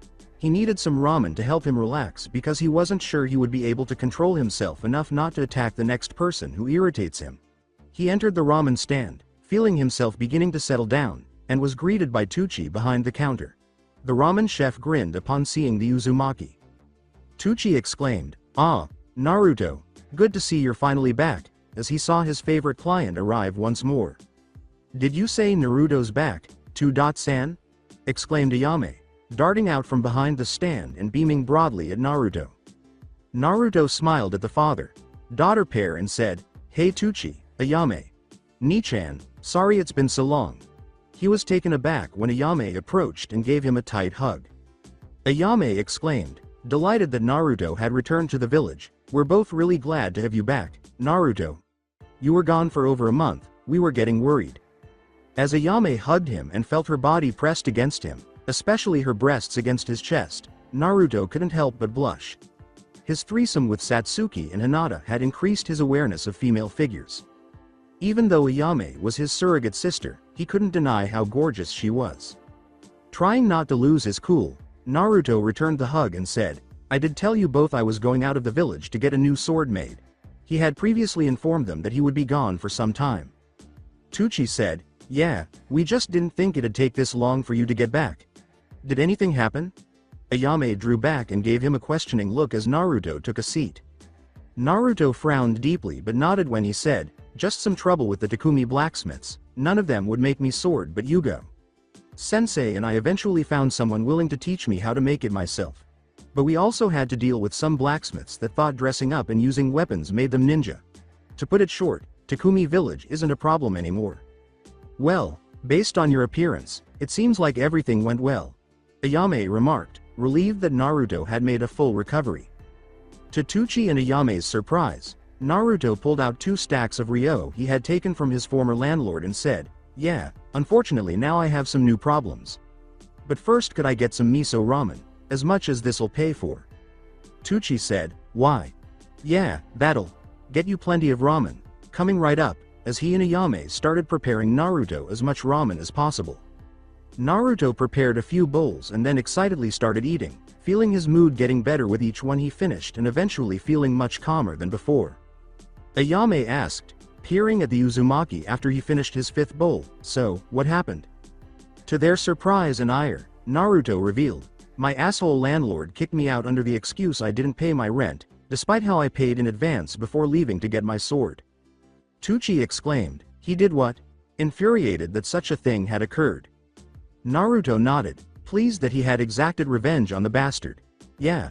But don't worry about it. I paid the bastard back and got my money back as well, and if he's smart then he won't try anything else." Though Ayame doubted Naruto would be this upset over just the landlord issue, she said, "That's good at least. Though I get the feeling that's not everything that happened." Naruto started out by telling them what transpired during his meeting with the Hokage. "No number it's not. When me and my team got back and gave our reports to the Hokage, I got some things off my chest when the Hokage wanted to speak to me alone about my recent changes. Something that made Ayame and Tucci sad, as they remembered all the times they had spent here with the Sandaime when Naruto was younger and realized how close he had once been to them. Ayame hugged the whiskered ravenette once more and said, "I'm really sorry that happened, Naruto. It must have not been easy with how close the two of you were. Yeah. We were, it's just too bad he didn't trust me as much as I trusted him, muttered Naruto, who was now only experiencing numbness and a diminished sense of betrayal and rage. Naruto, let me give you some advice on this. While you did deserve to get answers from the Hokage about everything you've been through, I do believe he'd have his reasons. Now I'm not saying those are good reasons, but they're reasons all the same. Maybe he didn't want to risk anyone else finding out what he told you. Maybe he wanted to wait until you were older, or maybe he didn't want you to deal with the burden that'd come with any answer he gives you. But honestly, regardless of why, it no longer matters. What's done is done. There's no changing what's already happened. What can be changed is what happens now. You can keep being angry and betrayed, or you can start moving past it all, working to try and get back to how it used to be, or at the very least as close as you can get to that. Tucci, causing Naruto and Ayame to stunned, the brunette turned to the Naruto nodded and considered what Ayame had said. San is right, Naruto. You don't have to forgive the Hokage immediately, maybe you never really will, but it is up to you if you want to give him a chance to try and fix things. The choice is ultimately yours. Since he would prefer not to wonder right now whether or not to give the Sandaime a chance, Naruto said, I'll think about it. Surprising the Uzumaki, Tucci smiled and said, of course. Now on to the other matter of you not having anywhere to stay anymore. If you want, you're more than free to stay with us. The possibility of Naruto staying with them made Ayame smile broadly. Yeah, you can stay with us as long as you like until you find another place to live, she exclaimed. Naruto responded, grateful for the offer but with his own plans. Thank you for the offer really, but I wouldn't want to impose. Besides, I was planning to stay in the woods like when I was younger, until I find a new place. He doesn't mind returning to the forest because it's something he's already done and is accustomed to, and it can also serve as survival training. In some ways, he was even looking forward to leaving the village and entering the natural environment. Tucci said, if you're sure, but the offer's open if you change your mind. Ayame nodded in agreement, and then the brunette gave the Uzumaki a mischievous smirk and leaned in close to his ear. Ayame said, and if you do, I hope you don't mind sharing a room with me. Otuto.kun. Naruto's eyes widened and then turned pink as Ayame planted a kiss on his cheek. Huh. Naruto uttered, uncertain if Ayame was joking or not, only to see her grin widen upon meeting his gaze. Ayame winked and said, nay. Chan just wants to help her handsome little brother any way she can. Especially if he needs help relaxing. Naruto took a quick sip and got to his feet. After saying, iis.sh.sh.sh, show. Shiji. G. Go. Th. Thanks for the R. Raw. Ramen and the talk, keep the change. Tucci laughed at his daughter's jesting, not realizing she had been totally serious, while Ayame giggled. After. Naruto had quickly reconnected with Satsuki and Hinata after they had returned to their apartment after leaving Ichiraku's, only for the girls to become enraged upon learning that he had been ejected from his apartment and the ridiculous rationale behind it. They didn't stop until they heard how he exacted revenge on his landlord and the new renter for their actions. Prior to starting their tour of the village, the three couldn't help but notice how many more foreign guests there were. Hinata looked around, noticing several ninja wearing headbands from various villages. Naruto.kun. Satsuki. Chan, is it just me or does it seem like the village is even busier than usual? Along with there being a lot more people walking around, Hinata said. Naruto nodded in agreement as Satsuki said, I've noticed it too. Even when we first arrived I saw some foreign ninja teams checking in with the guards. Curious as to what could be going on to warrant so many foreign visitors, Naruto remarked. Yeah, something big must be going on if there are this many visitors showing up. Eniki. When the genin heard the abrupt voice, he turned to see where it came from. Naruto grunted as a brown blur collided with him, and when he looked down, he saw Kanoka hugging him. Kanoka, pleased to see the Uzumaki again, exclaimed, you're finally back, with a smile. Naruto patted Kanoka on the head and said, yeah, it's good to see you too, Kanoka. Then he turned to see Moegi, Udon, and, shockingly, Hanabi running up as well. Excited to see Zangetsu, Moegi exclaimed, does that mean you've got your new sword, Chan? Udon questioned, why did it take so long, wanting to know why making his sword took so long. Naruto looked at the three and said, Yugo. Sensei and I ran into some Complications in Takumi village. Luckily we were able to handle it with some help and got back safely. Then, considering their previous exchange with Hanabi, he narrowed his eyes and turned to face her. Hinata questioned, not expecting to see her sister with the Kanoka squad. Hanabi, what are you doing here? Hanabi said, stumbling, just hanging out with them since they offered. I couldn't think of anything more to say. You did? Satsuki inquired, raising an eyebrow at the three of them. She hadn't anticipated that after what had happened the previous time, they would give Hanabi a chance to spend time with them. Kanoka wrapped an arm around Hanabi's shoulder and grinned. Yeah.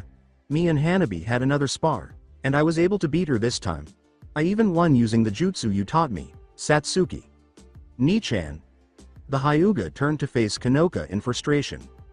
Hanabi shot back, surprising Hinata by saying, you only won by tricking me, I would have beaten you otherwise. Despite her words, Hinata didn't sense any resentment or anger from Hanabi. Kanoka grinned and gave a playful smirk, but I still won. Try saying that after next time, deviant, exclaimed Hanabi, hoping to win their next match against Kanoka. Kanoka said, making Hanabi blush with embarrassment and rage. We'll see who wins. Maybe I'll even model the new version of my jutsu on you, Hanabi exclaimed. I told you not to ever do that, exclaimed Hanabi, threatening to hold the Sarutobi accountable if the latter truly created a sexy jutsu based on her. Kanoka smiled at the Hyuga and said, maybe I did, maybe I didn't, you'll just have to wait and see. Naruto, Satsuki, and Hinata were all taken aback by their behavior and how different it was from when they had first met and fought. Prior to that, they cast a doubtful glance at Moegi and Udon, wondering what had transpired while they were away. Seeing their expressions, Moegi said, Hanabi isn't as bad as we thought she was and can be nice. It just took Kanoka beating her to get Hanabi to listen. Udon nodded in agreement. Udon remarked, yeah, she's been training and playing with us a lot, though she and Kanoka usually end up arguing a lot.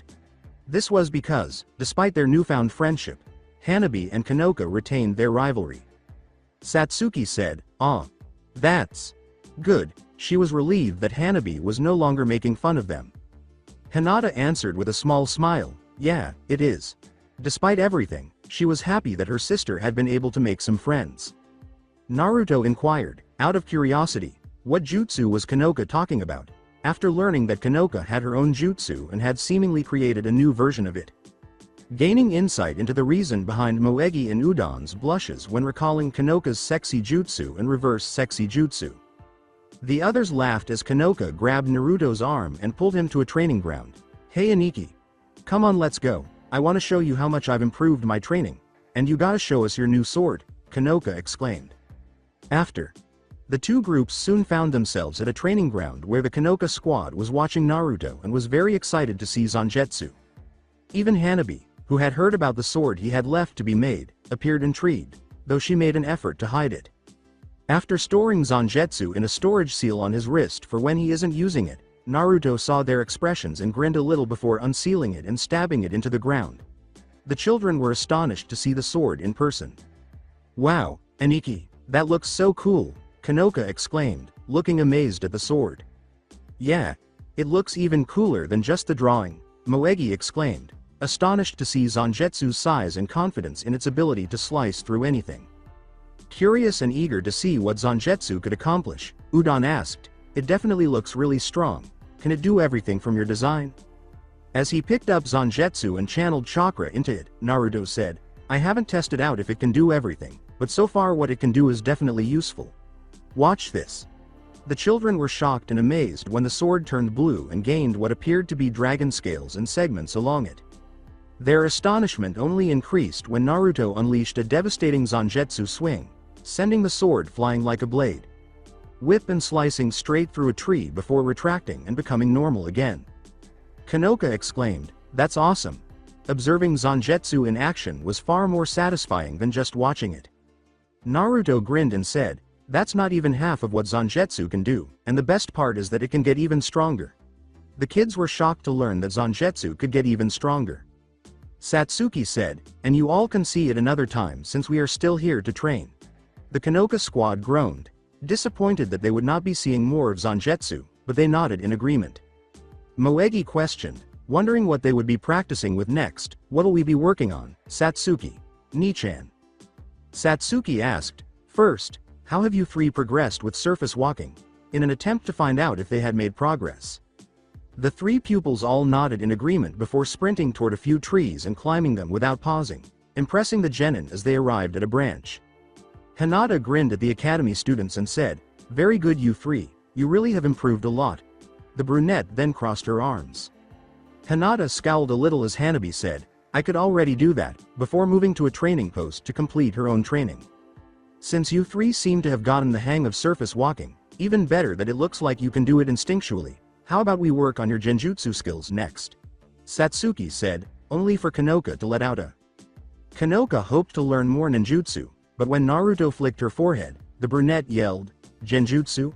But that's boring, can't we learn some more ninjutsu instead?" "You shouldn't dismiss genjutsu. Even if you don't use it, it's always important that you know how to spot genjutsu and break out of them. Since you never know when you could find yourself trapped in an illusion that can leave you defenseless," said Naruto, and Satsuki and Hinata know. Hinata continued, making the students shudder at the thought of being controlled in such a way. Naruto-kun is right. While genjutsu might not be as flashy or powerful as ninjutsu, it's still just as dangerous, if not more so with how it can target your mind, putting you under someone's control without even realizing it. As Kanoka and Moegi concentrated intently, the brunette was ready to learn about genjutsu if it meant being able to stop herself from being controlled. That does seem really useful to know. How do we spot genjutsu and break free of them? Udon inquired. There are several ways to break free from genjutsu. The two most obvious ways are by disrupting the chakra flow of a victim that's under the influence of a genjutsu, which can be done by the victim themselves if they realize they're under the influence of a genjutsu or by an ally channeling chakra into them. And the other method is inflicting physical pain on yourself. Even just biting your lip hard enough to draw blood can break a genjutsu placed on you.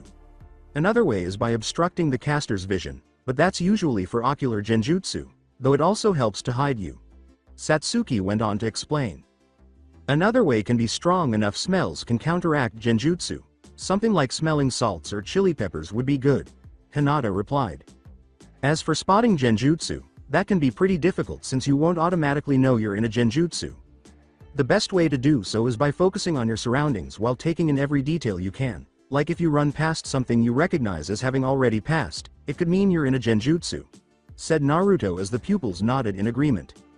Moegi questioned, so how will we train to spot and break free of genjutsu? Satsuki moved forward and activated her Sharingan. Satsuki told the three, I'm going to put you all under a genjutsu, nothing really bad, but still difficult to spot and break free. You three will need to try and break out of it. She then locked eyes with them, making their eyes appear clouded.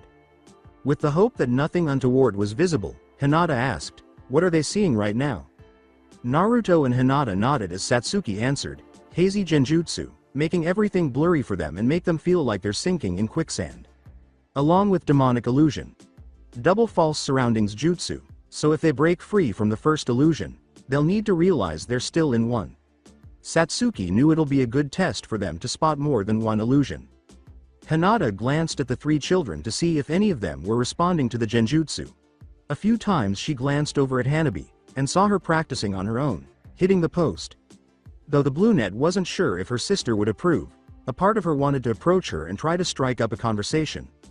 Hinata also didn't want to chance upsetting Hanabi at this time when it appears that she is beginning to open up. Naruto looked at the Hyuga and said, you could try offering to help with her training. Satsuki nodded in agreement with her boyfriend. I'm not sure if she'd want my help, Hinata remarked, speculating about Hanabi's willingness to accept assistance with training. As Hinata turned to face Hanabi, Satsuki shrugged and said, you never know unless you try.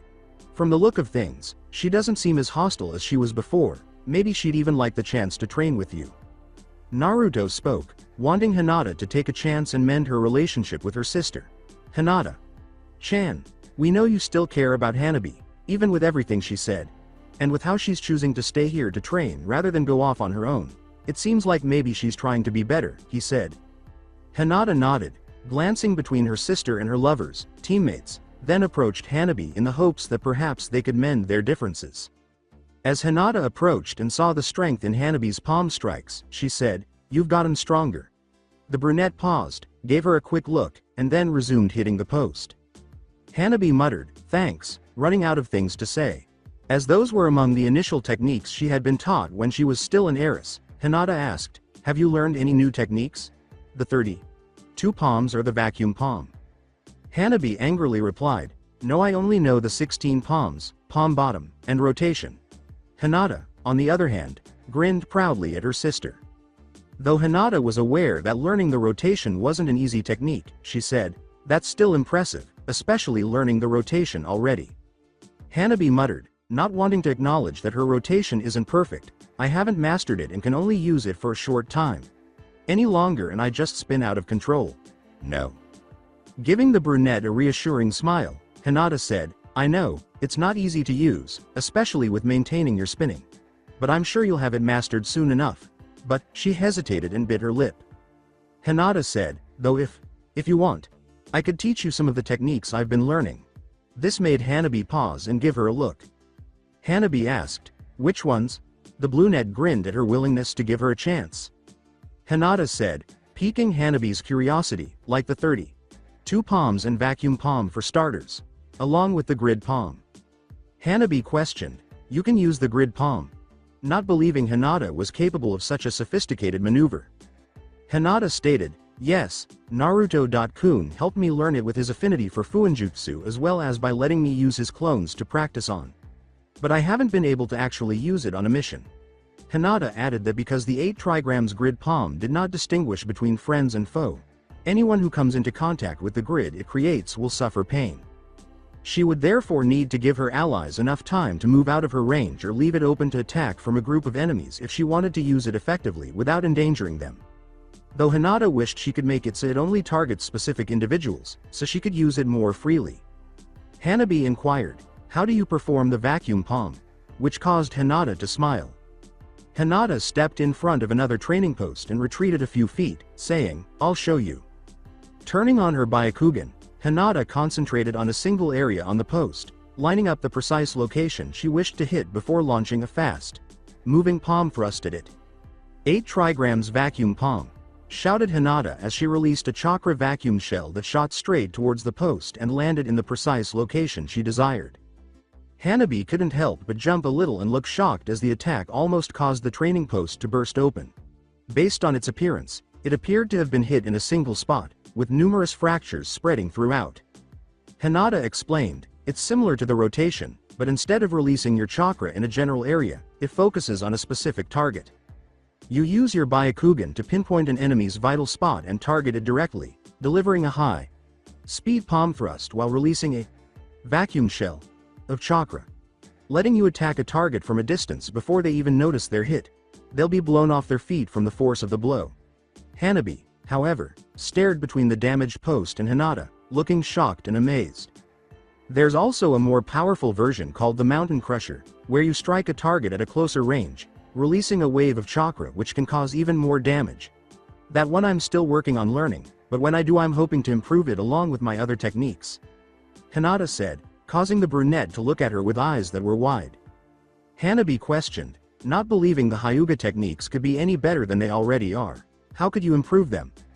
With ideas for incorporating her affinities into her Juken techniques and better ways to use them both offensively and defensively, Hinata said, "With my elemental affinities, changing my chakra I inject into enemies into lightning chakra that can paralyze them or fire chakra to burn them from the inside out. I also want to improve them in my own way." The Hyuga heiress, who had never imagined her sister using their clan's techniques in such a way, stared at her with wide eyes. She shook her head quickly, feeling a glimmer of her former admiration for Hinata return. Hanabi inquired, Could you help teach me those techniques?" She did not want to pass up the opportunity to pick up more complex skills and possibly even discover her own elemental affinities. Before giving Hanabi instructions, Hinata grinned at her sister and said, "I'd be happy to, Hanabi." After several hours, Team 7 resumed their training with the Kanoka squad, with Kanoka, Moegi, and Udon showing signs of improvement in their ability to recognize genjutsu and break free from them. When they began breaking out of them more quickly, Satsuki left and put them in more challenging genjutsu, wanting to make it more difficult for them to detect genjutsu, while Hinata was teaching Hanabi the 32 2 palm and the 8 trigrams vacuum palm, Naruto assisted them by providing some shadow clones for practice, gratifying the brunette with the opportunity to pick up more sophisticated methods after demonstrating a solid understanding of them, in addition to learning about the grid palm and witnessing Hinata's execution of it. As Naruto noticed that the academy students were growing weary from the constant genjutsu and that Satsuki had to release it when she realized they couldn't break it themselves, he said, "I'd say that's enough training for today." "Wait, just one more," exclaimed Kanoka, desiring to attempt the final genjutsu one more time.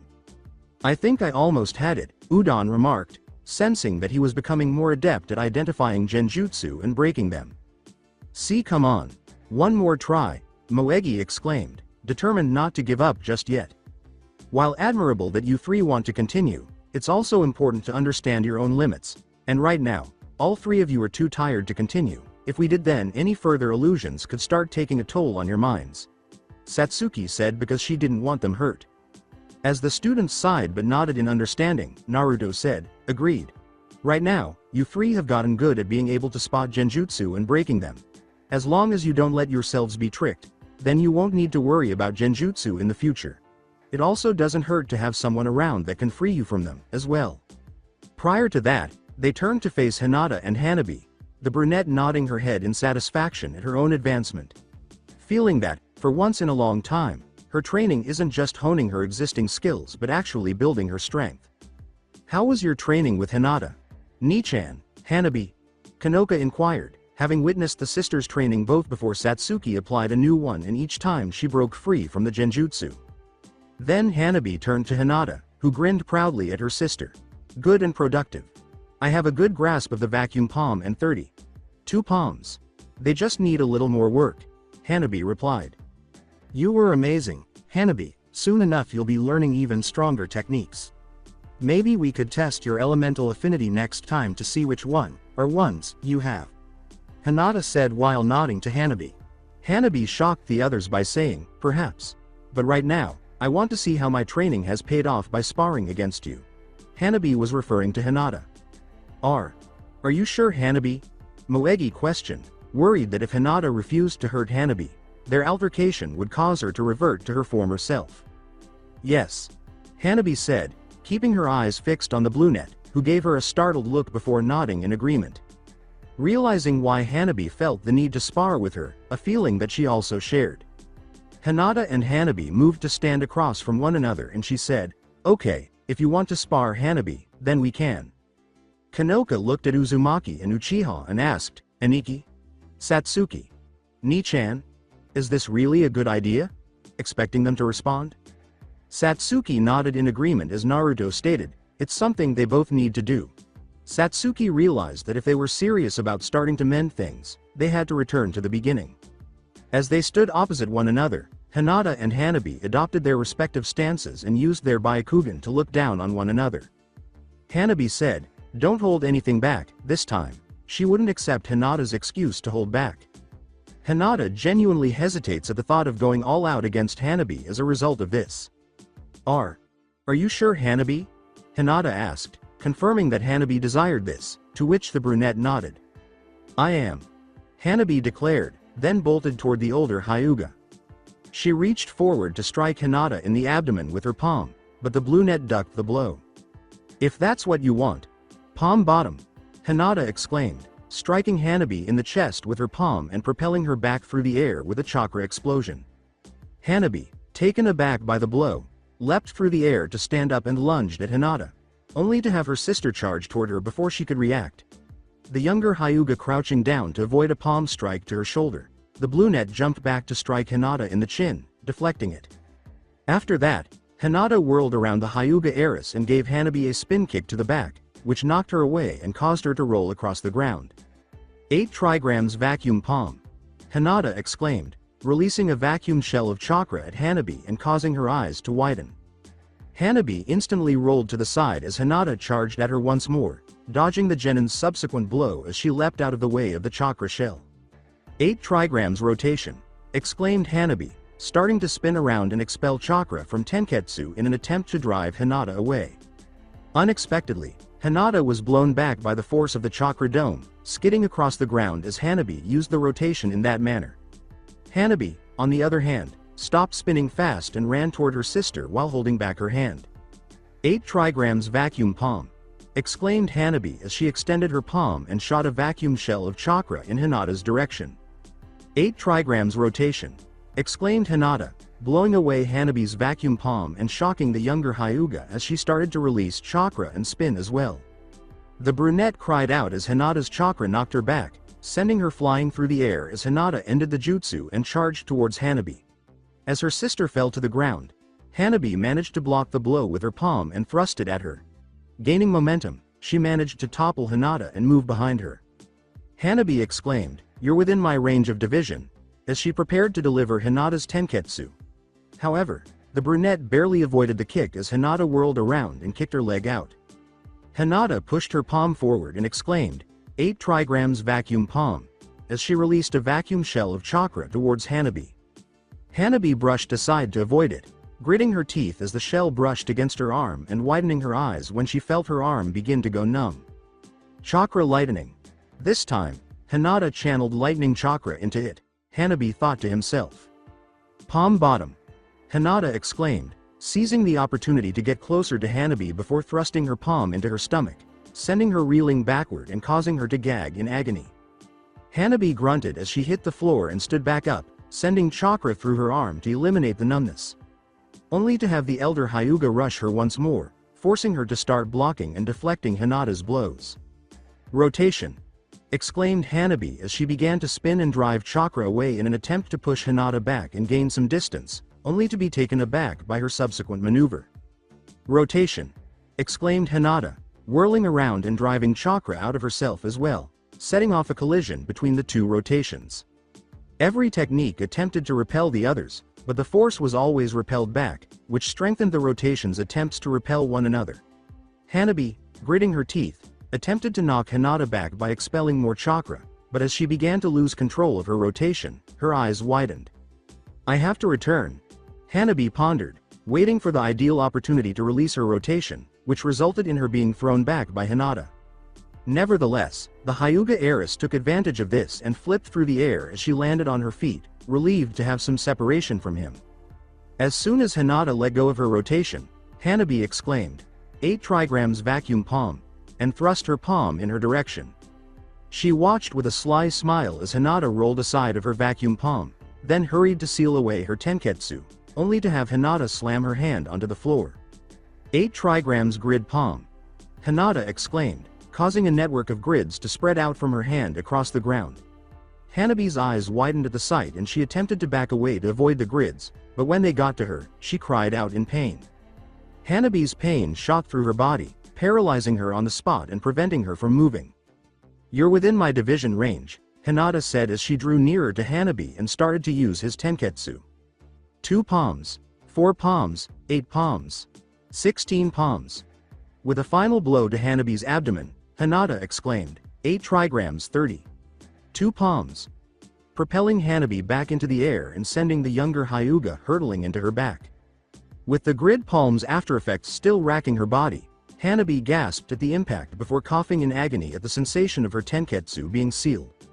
Her hands were covered in green chakra, and she held them over Hanabi's body, making Hinata look at her worriedly as she hurried over to start healing her. Hinata apologized to Hanabi, saying, "I'm sorry, I didn't mean to hurt you too much." Her concern only increased when she noticed her sister crying. Shaking Hinata's hand, Hanabi uttered, "Nay. Nay, nay, Chan." "Yes, I'm here," exclaimed Hinata, who was taken aback to see Hanabi grinning back at her. Why you? You really are strong and kind," Hanabi remarked, causing Hinata to give her a startled glance before grinning and taking Hanabi's hand in hers. Hinata remarked, realizing that Hanabi was crying because she was happy and not out of sorrow or pain, "I couldn't let you think I wasn't, Hanabi-chan." She was happy that she had finally gotten her wish to confront the brunette with everything she owned, just as she had desired their first fight. Hanabi was inspired to aspire to be more like her sister after realizing that she was both kind and strong. Prior to Hanabi sitting up, Hinata happily gave Hanabi a tight hug in return, grinning at being with her sister once more. To the brunette's delight, Hinata held Hanabi close and said, "I'm sorry for hurting you, Hanabi, for making you doubt me. I promise you won't ever have to doubt me again, and I'll always be here when you need me. Hinata smiled as Hanabi said, I love you, Chan. Overjoyed to have her sister back, Hinata kissed the top of Hanabi's head and said, I love you too, Chan. Though the blue net missed Hanabi, she blushed slightly when she became aware that Hinata's body was palpable from their embrace and that Hinata had leaned in closer. Recalling the moments she gave Hinata a hug when they were younger and observing how much more delicate and firm she was. Hanabi thought, Chan is so warm, savoring Hinata's warmth as well. When they parted, Hanabi's blush only got redder as she turned to face her sister and grinned, for the first time in a long time, at Hinata. And so, Hanabi thought, looking at Hinata's true beauty, pretty, Chan. Kanoka exclaimed, that was awesome Hinata. Chan, Hanabi, as the sisters were approached by the Kanoka squad, Naruto, and Satsuki. Moegi grinned at the two and said, yeah, you both were amazing. Udon exclaimed, you both are really strong, especially you Hanabi. You handled yourself really good, in astonishment at Hanabi's ability to remain competitive in the face of Hinata. As some of her former carefree attitude began to return, Hanabi grinned and said, thanks, but Chan showed she had more training and experience, but that just means I need to train more to catch up to her. Satsuki said, giving the brunette a small smile, well, with what you can already do, I'm sure you'll be catching up to Hinata-chan in no time. Naruto grinned as he observed how glad Hinata and Hanabi were to see each other again and remarked, Satsuki-chan is right. You've already shown how strong you are Hanabi, and training with Hinata-chan means you'll be even stronger. Looking at Hinata, Hanabi said, I will. When will we be able to train again, Chan? Which caused the brunette to grin and give her a pat on the head. As Hanabi embraced her once more, Hinata grinned back and said, whenever you want Hanabi-chan. There's a lot I hope you'll let me teach you. She was ready to absorb everything her sister had to impart. Following their separation, Team 7 and Kanoka squad bid farewell to each other, feeling satisfied with the training and the reunion of the Hyuga sisters. Once they were all gone, they realized they had been watched by someone, but the individual in question disappeared. After, Naruto, Satsuki, and Hinata wandered around the village after leaving the training ground until they came to a stop when Kakashi materialized in front of them. A two-finger salute said, Yo, Kakashi exclaimed, startling the genin with his unexpected arrival. Hinata inquired, Kakashi, Sensei, why are you here? Satsuki said, don't tell me we have a mission or training to do. She didn't want to go through with any training or go on another mission right after they had returned. Before the copy ninja gestured for them to follow him, Kakashi piqued their interest by saying, neither, or at least it's not regular training. I just wanted to come pick you three up as I have something that you three will be doing to work on your teamwork. The genin followed Kakashi around the village, wondering what he had in mind, until they left the main settlement and entered the edges of the forest. So what exactly did you have in mind? And why do we even need to work on our teamwork? Naruto asked, perplexed as to why they needed to improve their teamwork considering how well they already collaborated. Oh, you don't actually need to. Given everything I've seen, you three have some of the best teamwork among the rookie genin. Though I did have something planned to help you three improve your teamwork if it called for it. And then I heard about your recent situation, Naruto, and figured it wouldn't hurt to do this. Not to mention given your new relationship, I'm sure you three will also appreciate it. Kakashi replied with an smile, much to their and shame over the reminder. They were shocked, however, when they quickly stopped in front of a sizable, two-story, Western-style manor encircled by trees. Hinata questioned in shock, Kakashi, Sensei, what is this exactly? The genin were shocked to hear Kakashi declare, it's your new home. Satsuki exclaimed, our what? After hearing what he had just said. Kakashi answered, still in shock that the three of them would be living here together. Yep, after all, what helps improve teamwork more than by living together? Yamato and I just needed to find a big enough place for you three to stay in. You also don't need to worry about your stuff, Satsuki, Hinata, it's already been moved in here. Naruto asked, making Satsuki and Hinata turn to face the genin. Wait, you say this was your plan if we needed to improve our teamwork? What would have happened if we didn't get along and refused? Naruto said. Kakashi gave each of them a key after saying, I would have gotten the Hokage's permission for my plan, and if any of you refused, you would have been sent back to the academy. He noticed that after they received their keys, each of them briefly glowed. The genin nodded as Kakashi continued, explaining, those are your keys to the place and the only ones, which now only work for you three specifically, making it so only you can unlock the doors to get inside. There's also some barrier and security seals since you can never be too safe. Anyone not keyed to the seals that tries entering will cause the house to immediately lock itself down and send out an alert. There are also silencing seals and no neighbors, so no worries about needing to be quiet. Bye! Exclaimed Kakashi as he quickly shunshined away, arriving just in time to dodge several kunai and shuriken hurled at him by the displeased and embarrassed genin. Satsuki glared at the spot where the copy ninja had been standing and exclaimed, I swear he's going to be our meat shield along with Yamato. Sensei, soon enough. Naruto and Hinata nodded in agreement. The girls nodded and Naruto said, well, let's go check out our new home. Eager to see what it looked like inside, they ascended and entered. When they first arrived, they were greeted by an entry hallway featuring doors leading to the dining area and kitchen, the living room, and a bathroom. Another door, however, opened into a sizable backyard that was ideal for training. The trio reasoned that they could utilize the surprisingly spacious basement, which was accessible through a door under the stairs, for storage. With some expansion seals, the whiskered ravenet thought he might be able to increase its size and even change the structure's shape to add more floors and rooms. Ascending the stairs, they discovered a second bathroom, which was identical to the one below with 2 sinks and a toilet. The bathroom featured a bathtub in the middle and 2 detachable showerheads on either side, divided by a sliding door and a wooden wall. In addition, there was a large study area with a table, 2 couches across from each other, and a short flight of steps by the door, leading to a small book library with several bookshelves, including ones next to the door and under the stairs. At last, they discovered a few bare guest rooms and the master bedroom, which already contained Satsuki and Hinata's belongings in addition to room for Naruto's belongings.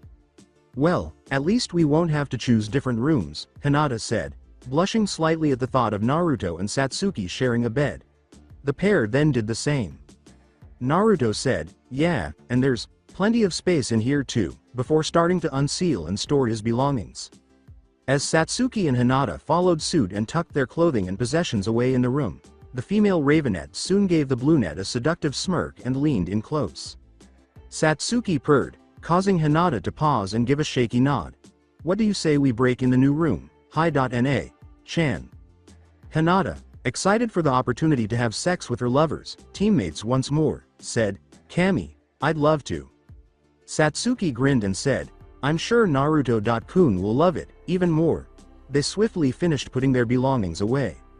Soon after finishing up with his belongings, Naruto turned to face Satsuki, who was standing right in front of him, just before the Uchiha grabbed him and kissed. He started to kiss the whiskered ravenet again, much to her surprise for a brief moment. As the bluenet took her turn making out with him, Hinata grabbed his head and turned him towards her. After they broke up, Naruto remarked, you two are insatiable, aren't you? Before turning to face Satsuki. Hinata groaned as Naruto kissed her once more, saying, can you blame us Naruto.kun? After all the fun we had. As Satsuki shivered with pleasure at the memory of how wild he got, fucking her and Hinata until they were unconscious, she said, if anything, being insatiable is necessary with you as a lover. Naruto, eager to get started, said, in that case, who I am to deny my horny vixens? But then he noticed Satsuki and Satsuki smirking seductively at him as they retreated. Compound Hyuga. Unknown to Team 7, the one who had been watching had been Ko, having learned of Hinata's return to the village and had hoped for a chance to speak with her alone. Wishing to assist her in realizing how the Jinchuriki are abusing her and reunite her with the clan. Only to be denied the opportunity because the Jinchuriki joined them after the Uchiha stayed by her side the entire time. Before they all headed to a training ground, it only got worse when they ran into Hanabi and the other kids she's been wasting her time with lately. Before, when Hinata started training Hanabi, Ko was astounded and repulsed. Normally, he would have been proud of his former ward for becoming so powerful, but then he noticed how she changed the Hyuga clan's techniques. Even worse, she was letting anyone just watch and steal the secrets of the Hyuga clan by performing them in front of strangers and in plain sight. With it only being worse when they sparred and Hinata defeated Hanabi, something that's now led the Jinchuriki to begin sinking his claws into Hanabi as well. Something Ko knew couldn't be allowed to happen after he's already manipulated Hinata. They couldn't let him steal Hanabi away next. Leading Ko to quickly return to the compound and report what's happened to the council, knowing they needed to learn what's happened. First, the Jinchuriki has taken the spare heiress. He's planning to take away our current heiress as well, an elder said, angered at how Naruto is sinking his claws into Hanabi now after he's already taken away their spare heiress. Even if Hinata was looked down for her softness, the council at least saw the use of having her as a spare heiress, in the event anything happened to Hanabi or she was deemed unfit. Only for that to be ruined when she chose the Jinchuriki over the Hyuga clan, making it so Hanabi was their only option. Not only that, but the girl has continued practicing Hyuga clan techniques when she's no longer part of the clan, but has committed heresy in altering them in such a way, tainting the Hyuga legacy more than she already has, said an elder in disgust at how Hinata's changed the intended purpose of their clan's techniques. Even worse that she's trying to make the heiress follow such thinking, that there are no consequences to stray from tradition. Another elder added, none of them wanting the future clan head to think changing clan techniques is fine, as who knows what other ideas it could lead to. Honorable Council, should we inform Hiyashi Sama of this?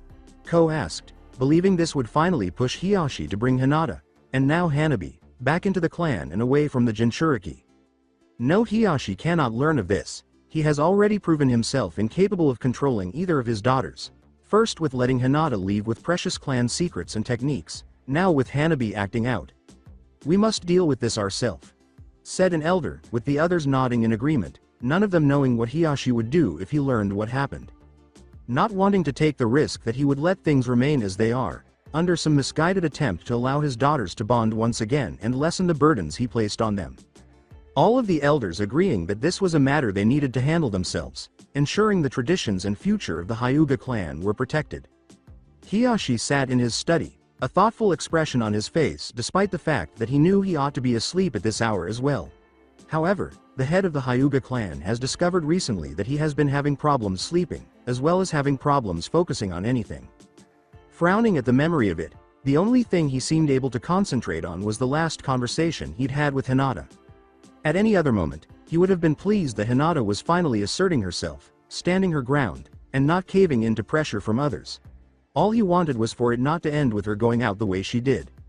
And now, Hanabi. Hiyashi scowled as he thought about his younger daughter and the information he discovered after she came back to the compound. Retrospective. Seated before her father, Hanabi said, "You wished to see me, too, Sama." "Yes, your instructors have told me that you have been a little lax in your training lately." "Why?" Hiyashi inquired, attempting to ascertain the reason behind her lack of training. Hanabi, who had been training alongside Kanoka, Moegi, and Udon, replied, "I have been training just outside of the compound, with Kanoka Sarutobi and her friends. They invited me to spend time with them." "I see," Hiyashi said, not showing any emotion on the outside, causing the female Hyuga to slightly shift. Hanabi shared, drawing Hiyashi's attention. "Nei-san returned from a mission. We ran into them and her teammates earlier. She offered to teach me, showing me how to perform the vacuum palm. We also sparred, and she beat me." "She did? How?" Hiyashi asked, squinting his eyes as he tried to figure out how Hinata had defeated Hanabi. To Hiyashi's surprise, Hanabi said, "She didn't hesitate." "What do you mean?" Hiyashi inquired, attempting to understand her meaning. "When he first sparred to decide who would be clan heiress, Nei-san hesitated to strike me because she didn't want to hurt me. So she held back from striking, letting me win. This time she didn't. She did her best and was better than me because she wanted me to know she was strong and kind." Hanabi replied, only surprising the Hyuga clan head further. "She also told me that she's learned the 8 trigrams, 30, 2 palms, grid palm, and that she's working on learning the mountain crusher technique. She also offered to help teach them to me too," Hanabi continued, making Hiyashi wonder how Hinata could possibly be able to accomplish all of that. Nonetheless, a part of him felt proud of her for how far she had come and how hard she was working to personalize the Juken. "I see. So she's okay?" inquired Hiyashi. Hanabi responded, having observed how much Hinata had matured and opened up around her team and the Kanoka Ninja Squad. "She is. Nei-san seems even happy, being close with her teammates along with Kanoka and her friends, and they all care for her as well." "Oh, that's all Hanabi has to say." "Very well," Hiyashi dismissed her, aware that he now had even more to consider. Final flashback. The fact that Hinata has become stronger than she has ever been under Hiyashi's guidance in the short time since she became a genin was a bitter pill for Hiyashi to swallow. More so that it appears that after just one training session with her, Hanabi has already improved, starting to learn more of their clan techniques, including the vacuum palm. Leaving Hiyashi to come to terms with the possibility that the Hyuga clan, rather than Hinata's generosity, was limiting her potential. That instead of acting like a father and supporting her strength, he was holding her back and only caring about her value to the clan. But only addressed the things he thought were flaws. Hiyashi sighed and shook his head, thinking Hinata would no longer want anything to do with him or the Hyuga clan. Perhaps I could see her, and hope it's not too late to fix my mistakes. Still, he supposed he could find some comfort in the fact that she was still concerned about Hanabi and would be there for her. But before he had a chance to consider it further, Hiyashi abruptly stood up and narrowed his eyes as he looked around his study, feeling as though he was being watched and was no longer alone. Hiyashi exclaimed, "I might not have seen combat in many years, do not think for a moment. It will be so easy," as he leapt back and activated his Byakugan in time to see a masked attacker leap down at him from the ceiling shadows. His eyes grew wide as he stared at the figure, but he was unable to see through his clothing to see where his tenketsu were located or what was behind his mask. Even though Hiyashi was able to dodge his blow, he felt the figure brush his arm as he hit the earth. How on earth could they have entered the compound and not warned any of the guards? Even though they couldn't see Tenketsu's face, Hiyashi wondered if at least someone should have seen this masked intruder. Too much thought of how Kumo's head ninja managed to break into the compound and almost take Hinata hostage. Thinking for a moment whether they were trying again, after failing to remove the Byakugan from Hizashi's body, and going after him this time. Hiyashi yelled, "Guards, quick, there's an intruder," but neither his call nor anything outside his study were answered. He wondered if the intruder had locked the room shut so that no one could hear or sense what was going on inside. "I don't know who you are, but you'll meet the same fate as the last intruder. Palm bottom," Hiyashi exclaimed as he launched himself forward, striking the intruder in the chest with enough power and chakra to inflict internal injuries. But the invader quickly disappeared in a cloud of smoke, to be replaced by a bookshelf that exploded out of the palm bottom.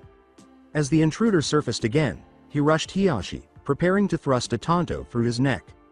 The attacker did not even flinch at their broken wrist when the Hyuga clan head swiftly deflected the blow and struck the attacker's wrist, hearing it snap as he did so. They then grabbed Hiyashi's wrist just as he was about to strike their chest with another palm strike. Prior to them crashing into the wall and skidding across the study, Hiyashi planted his foot firmly in their chest. He scowled as the intruder stood back up and snapped his fractured wrist back into position. "They don't feel anything, or they have a high pain threshold, which is bad for both of us," Hiyashi thought, knowing that anyone who can tolerate such pain or not feel it will not go down lightly, but also that they won't be able to detect injuries that could be life-threatening or immobilizing. 8 trigrams vacuum palm, Hiyashi exclaimed, hurling a burst of compressed air at the attacker that made them scramble to get out of the way to avoid being struck. Which is precisely what Hiyashi was hoping to happen as he hit the ground with his palm. The intruder moved to avoid being touched by Hiyashi's 8 trigrams grid palm, as he formed grid seals across the study's floor. When the grid did manage to touch him, he grunted in pain that paralyzed his body. Even though he couldn't see their tenketsu, Hiyashi knew where to strike to incapacitate and kill the intruder. "You're within my range of division," Hiyashi declared, charging forward to finish the intruder. But they managed to push their bodies through the pain and grabbed Hiyashi's wrist before he could hit the invader, taking hold of his other arm as he attempted to strike. 8 trigrams vacuum palm, Hiyashi exclaimed, unleashing a powerful burst of compressed air while the attacker was unable to evade the direct hit. Hiyashi was able to identify the person when the force knocked off his mask and sent him hurtling into the wall. He only scowled when he noticed that they had built eye and eyeglasses covering his eyes and were only wearing a second mask that showed their mouth and hair. "Who are you?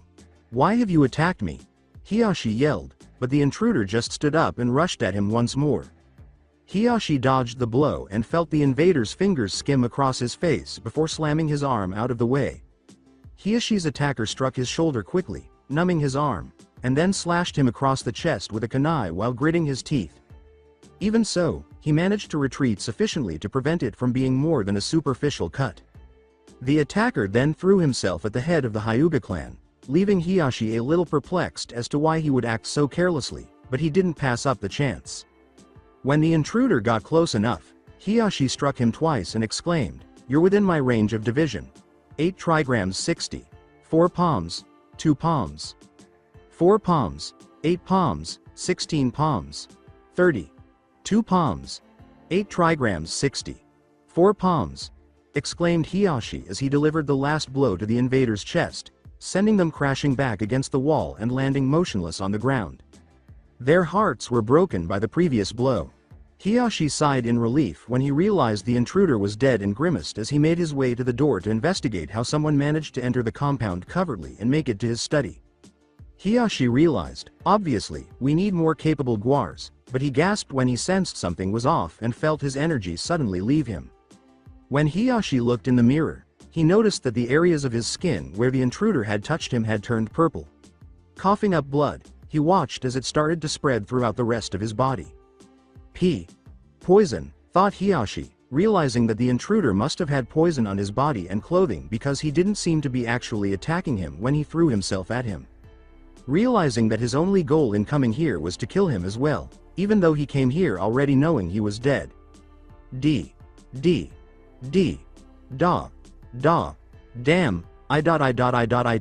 H. Hi. Hinata, Ha. Hanabi, Hiashi thought to himself as he fell to the ground and stopped breathing. A short while later, the study door opened, and 2 elderly men and the Hyuga elders came in. Upon initial observation, one might assume he was an elderly, feeble man who required a cane for mobility. His hair was shaggy and black, and he had an X-shaped scar on his chin and a bandage over his right eye. He was dressed in a white kimono shirt with a black robe draped over it that covered his right shoulder to just above his feet, hiding his bandaged right arm. Those acquainted with him, however, knew he was anything but weak. Realizing that he was Danzo Shimura, the Darkness of Shinobi, a rival of the Sandaime Hokage and a member of Konoha's council. Having earned this title as a result of his numerous unethical acts and alleged, yet unverified, acts of undermining Konoha employees. While Danzo would argue that everything he has done has been for Konoha's benefit, many others would contend that he has only ever done things for his own gain. Danzo addressed the head elder, impressed by his willingness to sacrifice his surviving son, saying, "You have done well in seeking my assistance." Hiashi had already proven himself too soft letting his eldest near the weapon, now losing control of his youngest. It wouldn't be long before his incompetence could have threatened the village's stability. The head elder said, "Spare me your words, Danzo. Everything I do is for the sake of the Hyuga clan. I have already sacrificed one son. I would do the same again to my other if it meant ensuring my clan's future and protecting the sanctity of our traditions." He knew there were no lines he wouldn't cross if it meant benefiting the Hyuga clan. Having sacrificed Hisashi to prevent Kumo from obtaining the Byakugan, he is now sacrificing Hiashi to safeguard their future. Danzo narrowed his eyes and said, "Of course. As long as you don't forget the other sacrifices you made for my assistance." He did not offer his help without compensation. The head elder frowned and said, "I haven't forgotten anything. As agreed, you will have the knowledge of the caged bird seal and Neji will join the foundation while we grant you a select number of clan jutsu to have him learn." He didn't like to give up secrets like that, but he did it for the benefit of the clan. Regarding Neji, every elder concurred that although he was a genius deserving of the Hyuga clan, his advancements and abilities also posed a risk to their customs. Who's to say others couldn't do the same if one branch member was becoming strong enough to outgrow even the majority of main family members? Losing such a great artist may be devastating, but it was necessary to make sure that no one else thought they could alter the norms and customs. Had Hiashi not been shielding Neji and preventing the elders from harming his nephew, the elders would have even eliminated him sooner. Which, in their opinion, had been yet another indication of weakness. However, that is no longer an issue, and Neji will at minimum carry on helping the village. Danzo said, "Happy to have a Hyuga in the foundation, I'm pleased to hear it." He would be able to control Neji and apply the caged bird seal's secrets to all of his subordinates to further ensure their loyalty. The palm rotation, 60. 4 palms, and air palm were the clan techniques they were letting him use to train Neji. Danzo was irritated that he only received 3, but he knew better than to press the matter. being aware that he will get his chance later. Having used Koto Amatsukami to make sure the Hyuga elders kept their end of the bargain, Danzo reasoned that, even with Koto Amatsukami ensuring they keep their word, it'd be foolish to push too far and risk being discovered. When a branch member produced the scroll containing the techniques, the head elder said, "If that is all, then I believe our business is concluded." Danzo took the scroll and slipped it into his robe. As some of his root Anbu arrived to retrieve Torun's body, Danzo said, "It is. The boy will be brought to me in a matter of moments, while the other business will be finished momentarily." It was a sad loss considering his abilities, but Danzo was confident he could still make use of his body and the insects living inside of it. Moreover, Neji would soon join him as a replacement since he had already dispatched additional agents to track down and pick up the boy. They sent a member of the main family along to help pretend to be his death and use the caged bird seal to subdue him, wanting no one to even try looking for him when he vanishes for no apparent reason. Root Anbu went to Hanabi's room while the other business was currently taking place in another area of the compound, joined by a few guards from Hyuga and an additional main family member who was on standby, given that it would also raise suspicions if the clan heiress was left alone while her father and cousin were the only ones attacked. Both Danzo and the elders would attack Hanabi because it was a risk they were unwilling to take. The elders will use Hanabi's sense of loss and gratitude to further their own agenda of reshaping her while using the recent attacks as justification to keep her confined to the compound. As the Hyuga clan heiress and their eventual clan head, eliminating any outside influences that might divert her from the proper path, particularly after Hinata and the Kyuubi Jinchuriki were taken care of as well, ensuring the complete and total eradication of the taint to the traditions and legacy of the Hyuga clan. The root agents stormed into Hanabi's room, desperate to give the impression that they were about to launch an attack. However, as soon as they entered, they discovered that it was entirely empty and that Hanabi was nowhere to be seen. In company with Natsu, "Move as needed. I have to get somewhere secure," Natsu thought to herself as she leapt from rooftop to rooftop, sprinting as fast as she could and hugging Hanabi to her chest. She was aware that she had to get her somewhere safe before anyone discovered what had happened and pursued them. They don't doubt that Hiyashi is dead or soon will be, so it won't be long before they target Hanabi next. A part of her still found it hard to believe that this was actually happening. Natsu wouldn't believe it if she hadn't heard everything. Recalling the conversation she heard between Ko and the Hyuga elder, she imagined their plans. Retrospective. Natsu thought to herself, "Hanabi Sama seems to be in much better spirits," and grinned slightly at Hanabi's cheerful disposition upon returning home. Returning to her usual stoic expression, the young girl gave no indication to anyone that she was feeling anything. However, Natsu was familiar enough with Hanabi to understand her true feelings, and when the greenette saw her charge, she caught a glimpse of the contented little girl that Hanabi once was. Natsu was happy that Hanabi was making friends, and she was aware of her growing friendship with the Hokage's granddaughter and her friends.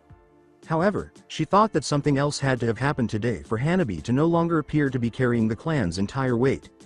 Natsu was just glad that Hanabi was happy, whatever the reason. Though the maid was startled out of her reverie upon hearing Hanabi's name and voices, she froze. She was anxious that the elders were holding a meeting because she could see that she was directly outside the council chambers and knew that it would be dangerous to be caught eavesdropping. Natsu, however, was willing to take a chance if it concerned Hanabi, so she stepped closer to the door to get a better view of what was being said. But the more she heard, the more shock, horror, and disbelief her eyes grew. Before long, he heard Ko's voice as well, telling the elders what he had witnessed Hanabi doing with Hinata and her teammates as well as her new friends, which made Natsu worry that Hanabi was near the Jinchuriki at first, before he turned his attention to the far more concerning details. As the elders discussed Hinata's training and how she is adapting the traditional Juken to fit her fighting style, it was interesting to hear. Even making the offer to instruct Hanabi in more complex methods. In addition, it appears that Hanabi was genuinely pleased with Hinata's victory over him in a spar. The more Natsu listened, the more she couldn't help but notice that Hanabi and Hinata seemed to be strengthening their relationship. I've heard that the elders were very unhappy about Hinata's tainting the Hyuga legacy, and that her ideas were corrupting Hanabi. When Natsu heard they were going to deal with this ourselves, rather than telling Hiyashi anything, she quickly covered her mouth to keep quiet. Natsu was quite afraid of what they might mean by that. "Ko, we are sending to meet with Danzo." Tell him the Hyuga clan requires his services in ensuring our traditions remain intact. And what of Hiyashi? Sama, honorable counsel. My son has proven himself too soft, too weak. I'm afraid for the sake of the Hyuga clan, we cannot afford to continue having such a clan head. Natsu thought, oh, Kami. She was shocked by what she had just heard. She was sufficiently informed about Danzo Shimura to understand his character, reputation, and approach to handling Konoha related issues. That the elders were prepared to collaborate with someone of that caliber, that they intended to murder Hiyashi and do whatever they pleased to Hanabi and Hinata. Hanabi. Natsu thought as he hurried to get to Hanabi's room from the council chambers. Although the Greenette was unsure of the precise time or method of their plan, Natsu knew Hanabi would be in danger based on what she had heard. And if she had the power to stop it, the last thing she would allow to happen would be for someone to harm her. Final flashback. Natsu had not wasted any time in going to Hanabi's room, where she discovered that she was already asleep and that it would be necessary to gently wake her. Holding Hanabi close as she fled the compound, she realized she wouldn't have time to wake her up and explain what was happening. I have to get Hanabi Sama to a secure location. Where, though? With Danzo involved, Natsu wondered frantically where in the village was safe. She simply didn't know where Hinata was staying after leaving, even though she knew Hanabi would be safe with her before her thoughts turned to Hinata. Hanabi would also be around the Jinchuriki, but Natsu would prefer to be around that boy at the moment. The Hokage. Friends of Hanabi Sama with his granddaughter. I can inform the Hokage about what has transpired if I manage to reach the Sarutobi compound. Feeling relieved to have a destination in mind, Natsu thought. Hanabi's eyes slowly opened from the continual movement, blinking wearily in confusion at seeing her maid carrying her. H.H.Hu. W.H. W.H. What's N? Natsu, she said. Natsu quickly spoke, trying her hardest to give the brunette a comforting smile. Hanabi. Sama, please just trust me and don't panic. I promise I'll explain everything, but right now I need you to. Only to let out a scream of pain when she felt her caged bird seal come into play, sending Hanabi and the maid tumbling to the ground as the maid lost her balance. Natsu was trying her best to protect Hanabi from harm, hardly sensing the blow in comparison to the agony of the seal. Hanabi yelled, Natsu, as he jolted awake following the fall and Natsu's scream. Looking at her in horror and shock, he had no idea what was going on. Natsu, trying to focus through the pain, yelled, Hanabi. Sama. The elders are planning to hurt you. Hinata. Sama's in danger to run. When Hanabi finally finished what needed to be done. In the process, she activated her Byakugan, and Hanabi disappeared in a cloud of smoke to be replaced by a wooden crate. In an instant, Natsu was surrounded by the Root Anbu guards, and the main family member who was going with them, who let out a pained scream as the primary family member heightened the seal's burning sensation. The main family member demanded, where is the Hyuga heiress?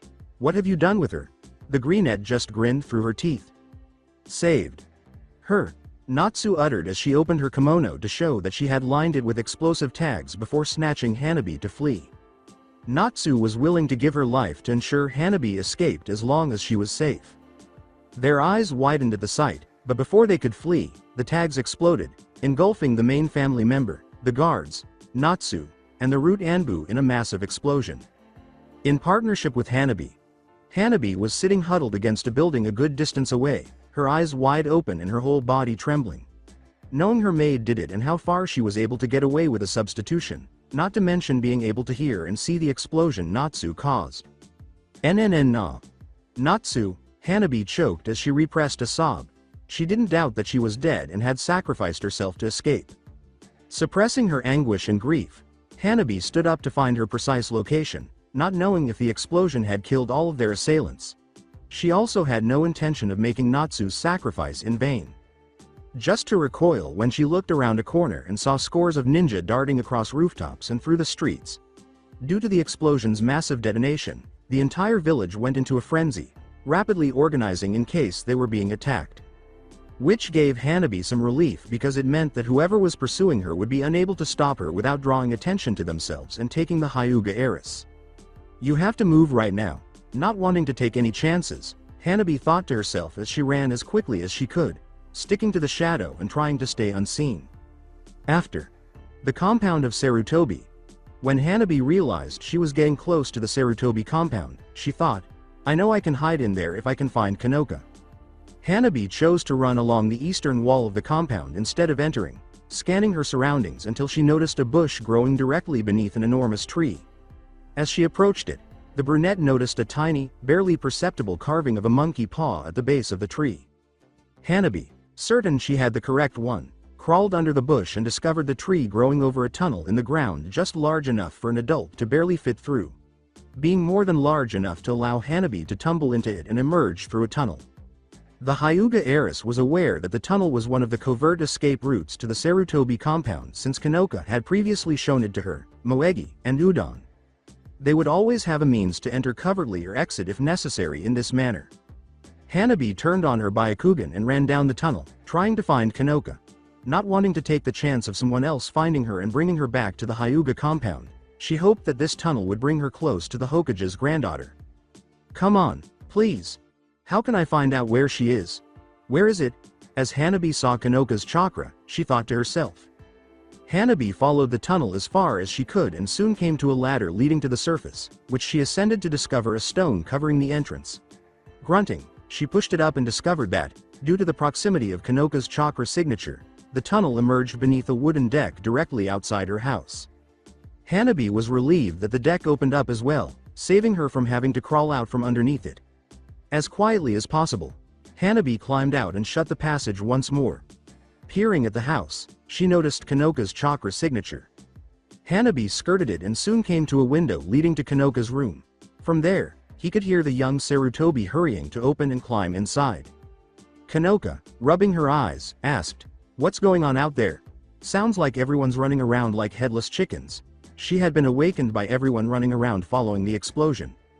The sound of her window creaking open caused Kanoka to freeze, and when she turned slowly, she saw someone climbing in through it.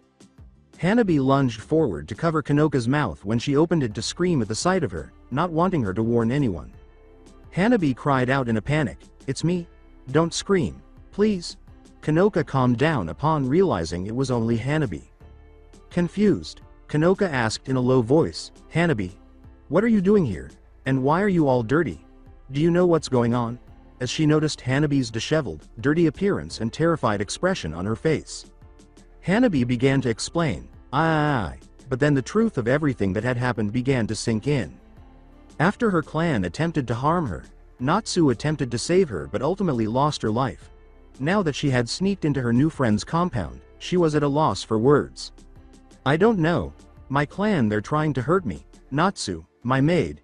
Hanabi choked back a sob as she thought of Natsu, her closest living relative and one of the few family members who truly cared about her. Natsu was also the one who was there for her no matter what happened to Hinata.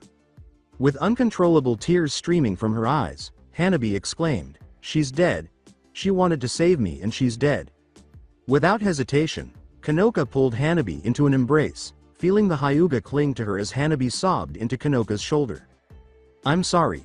I'm so sorry," Kanoka said, unsure of what else to say in response.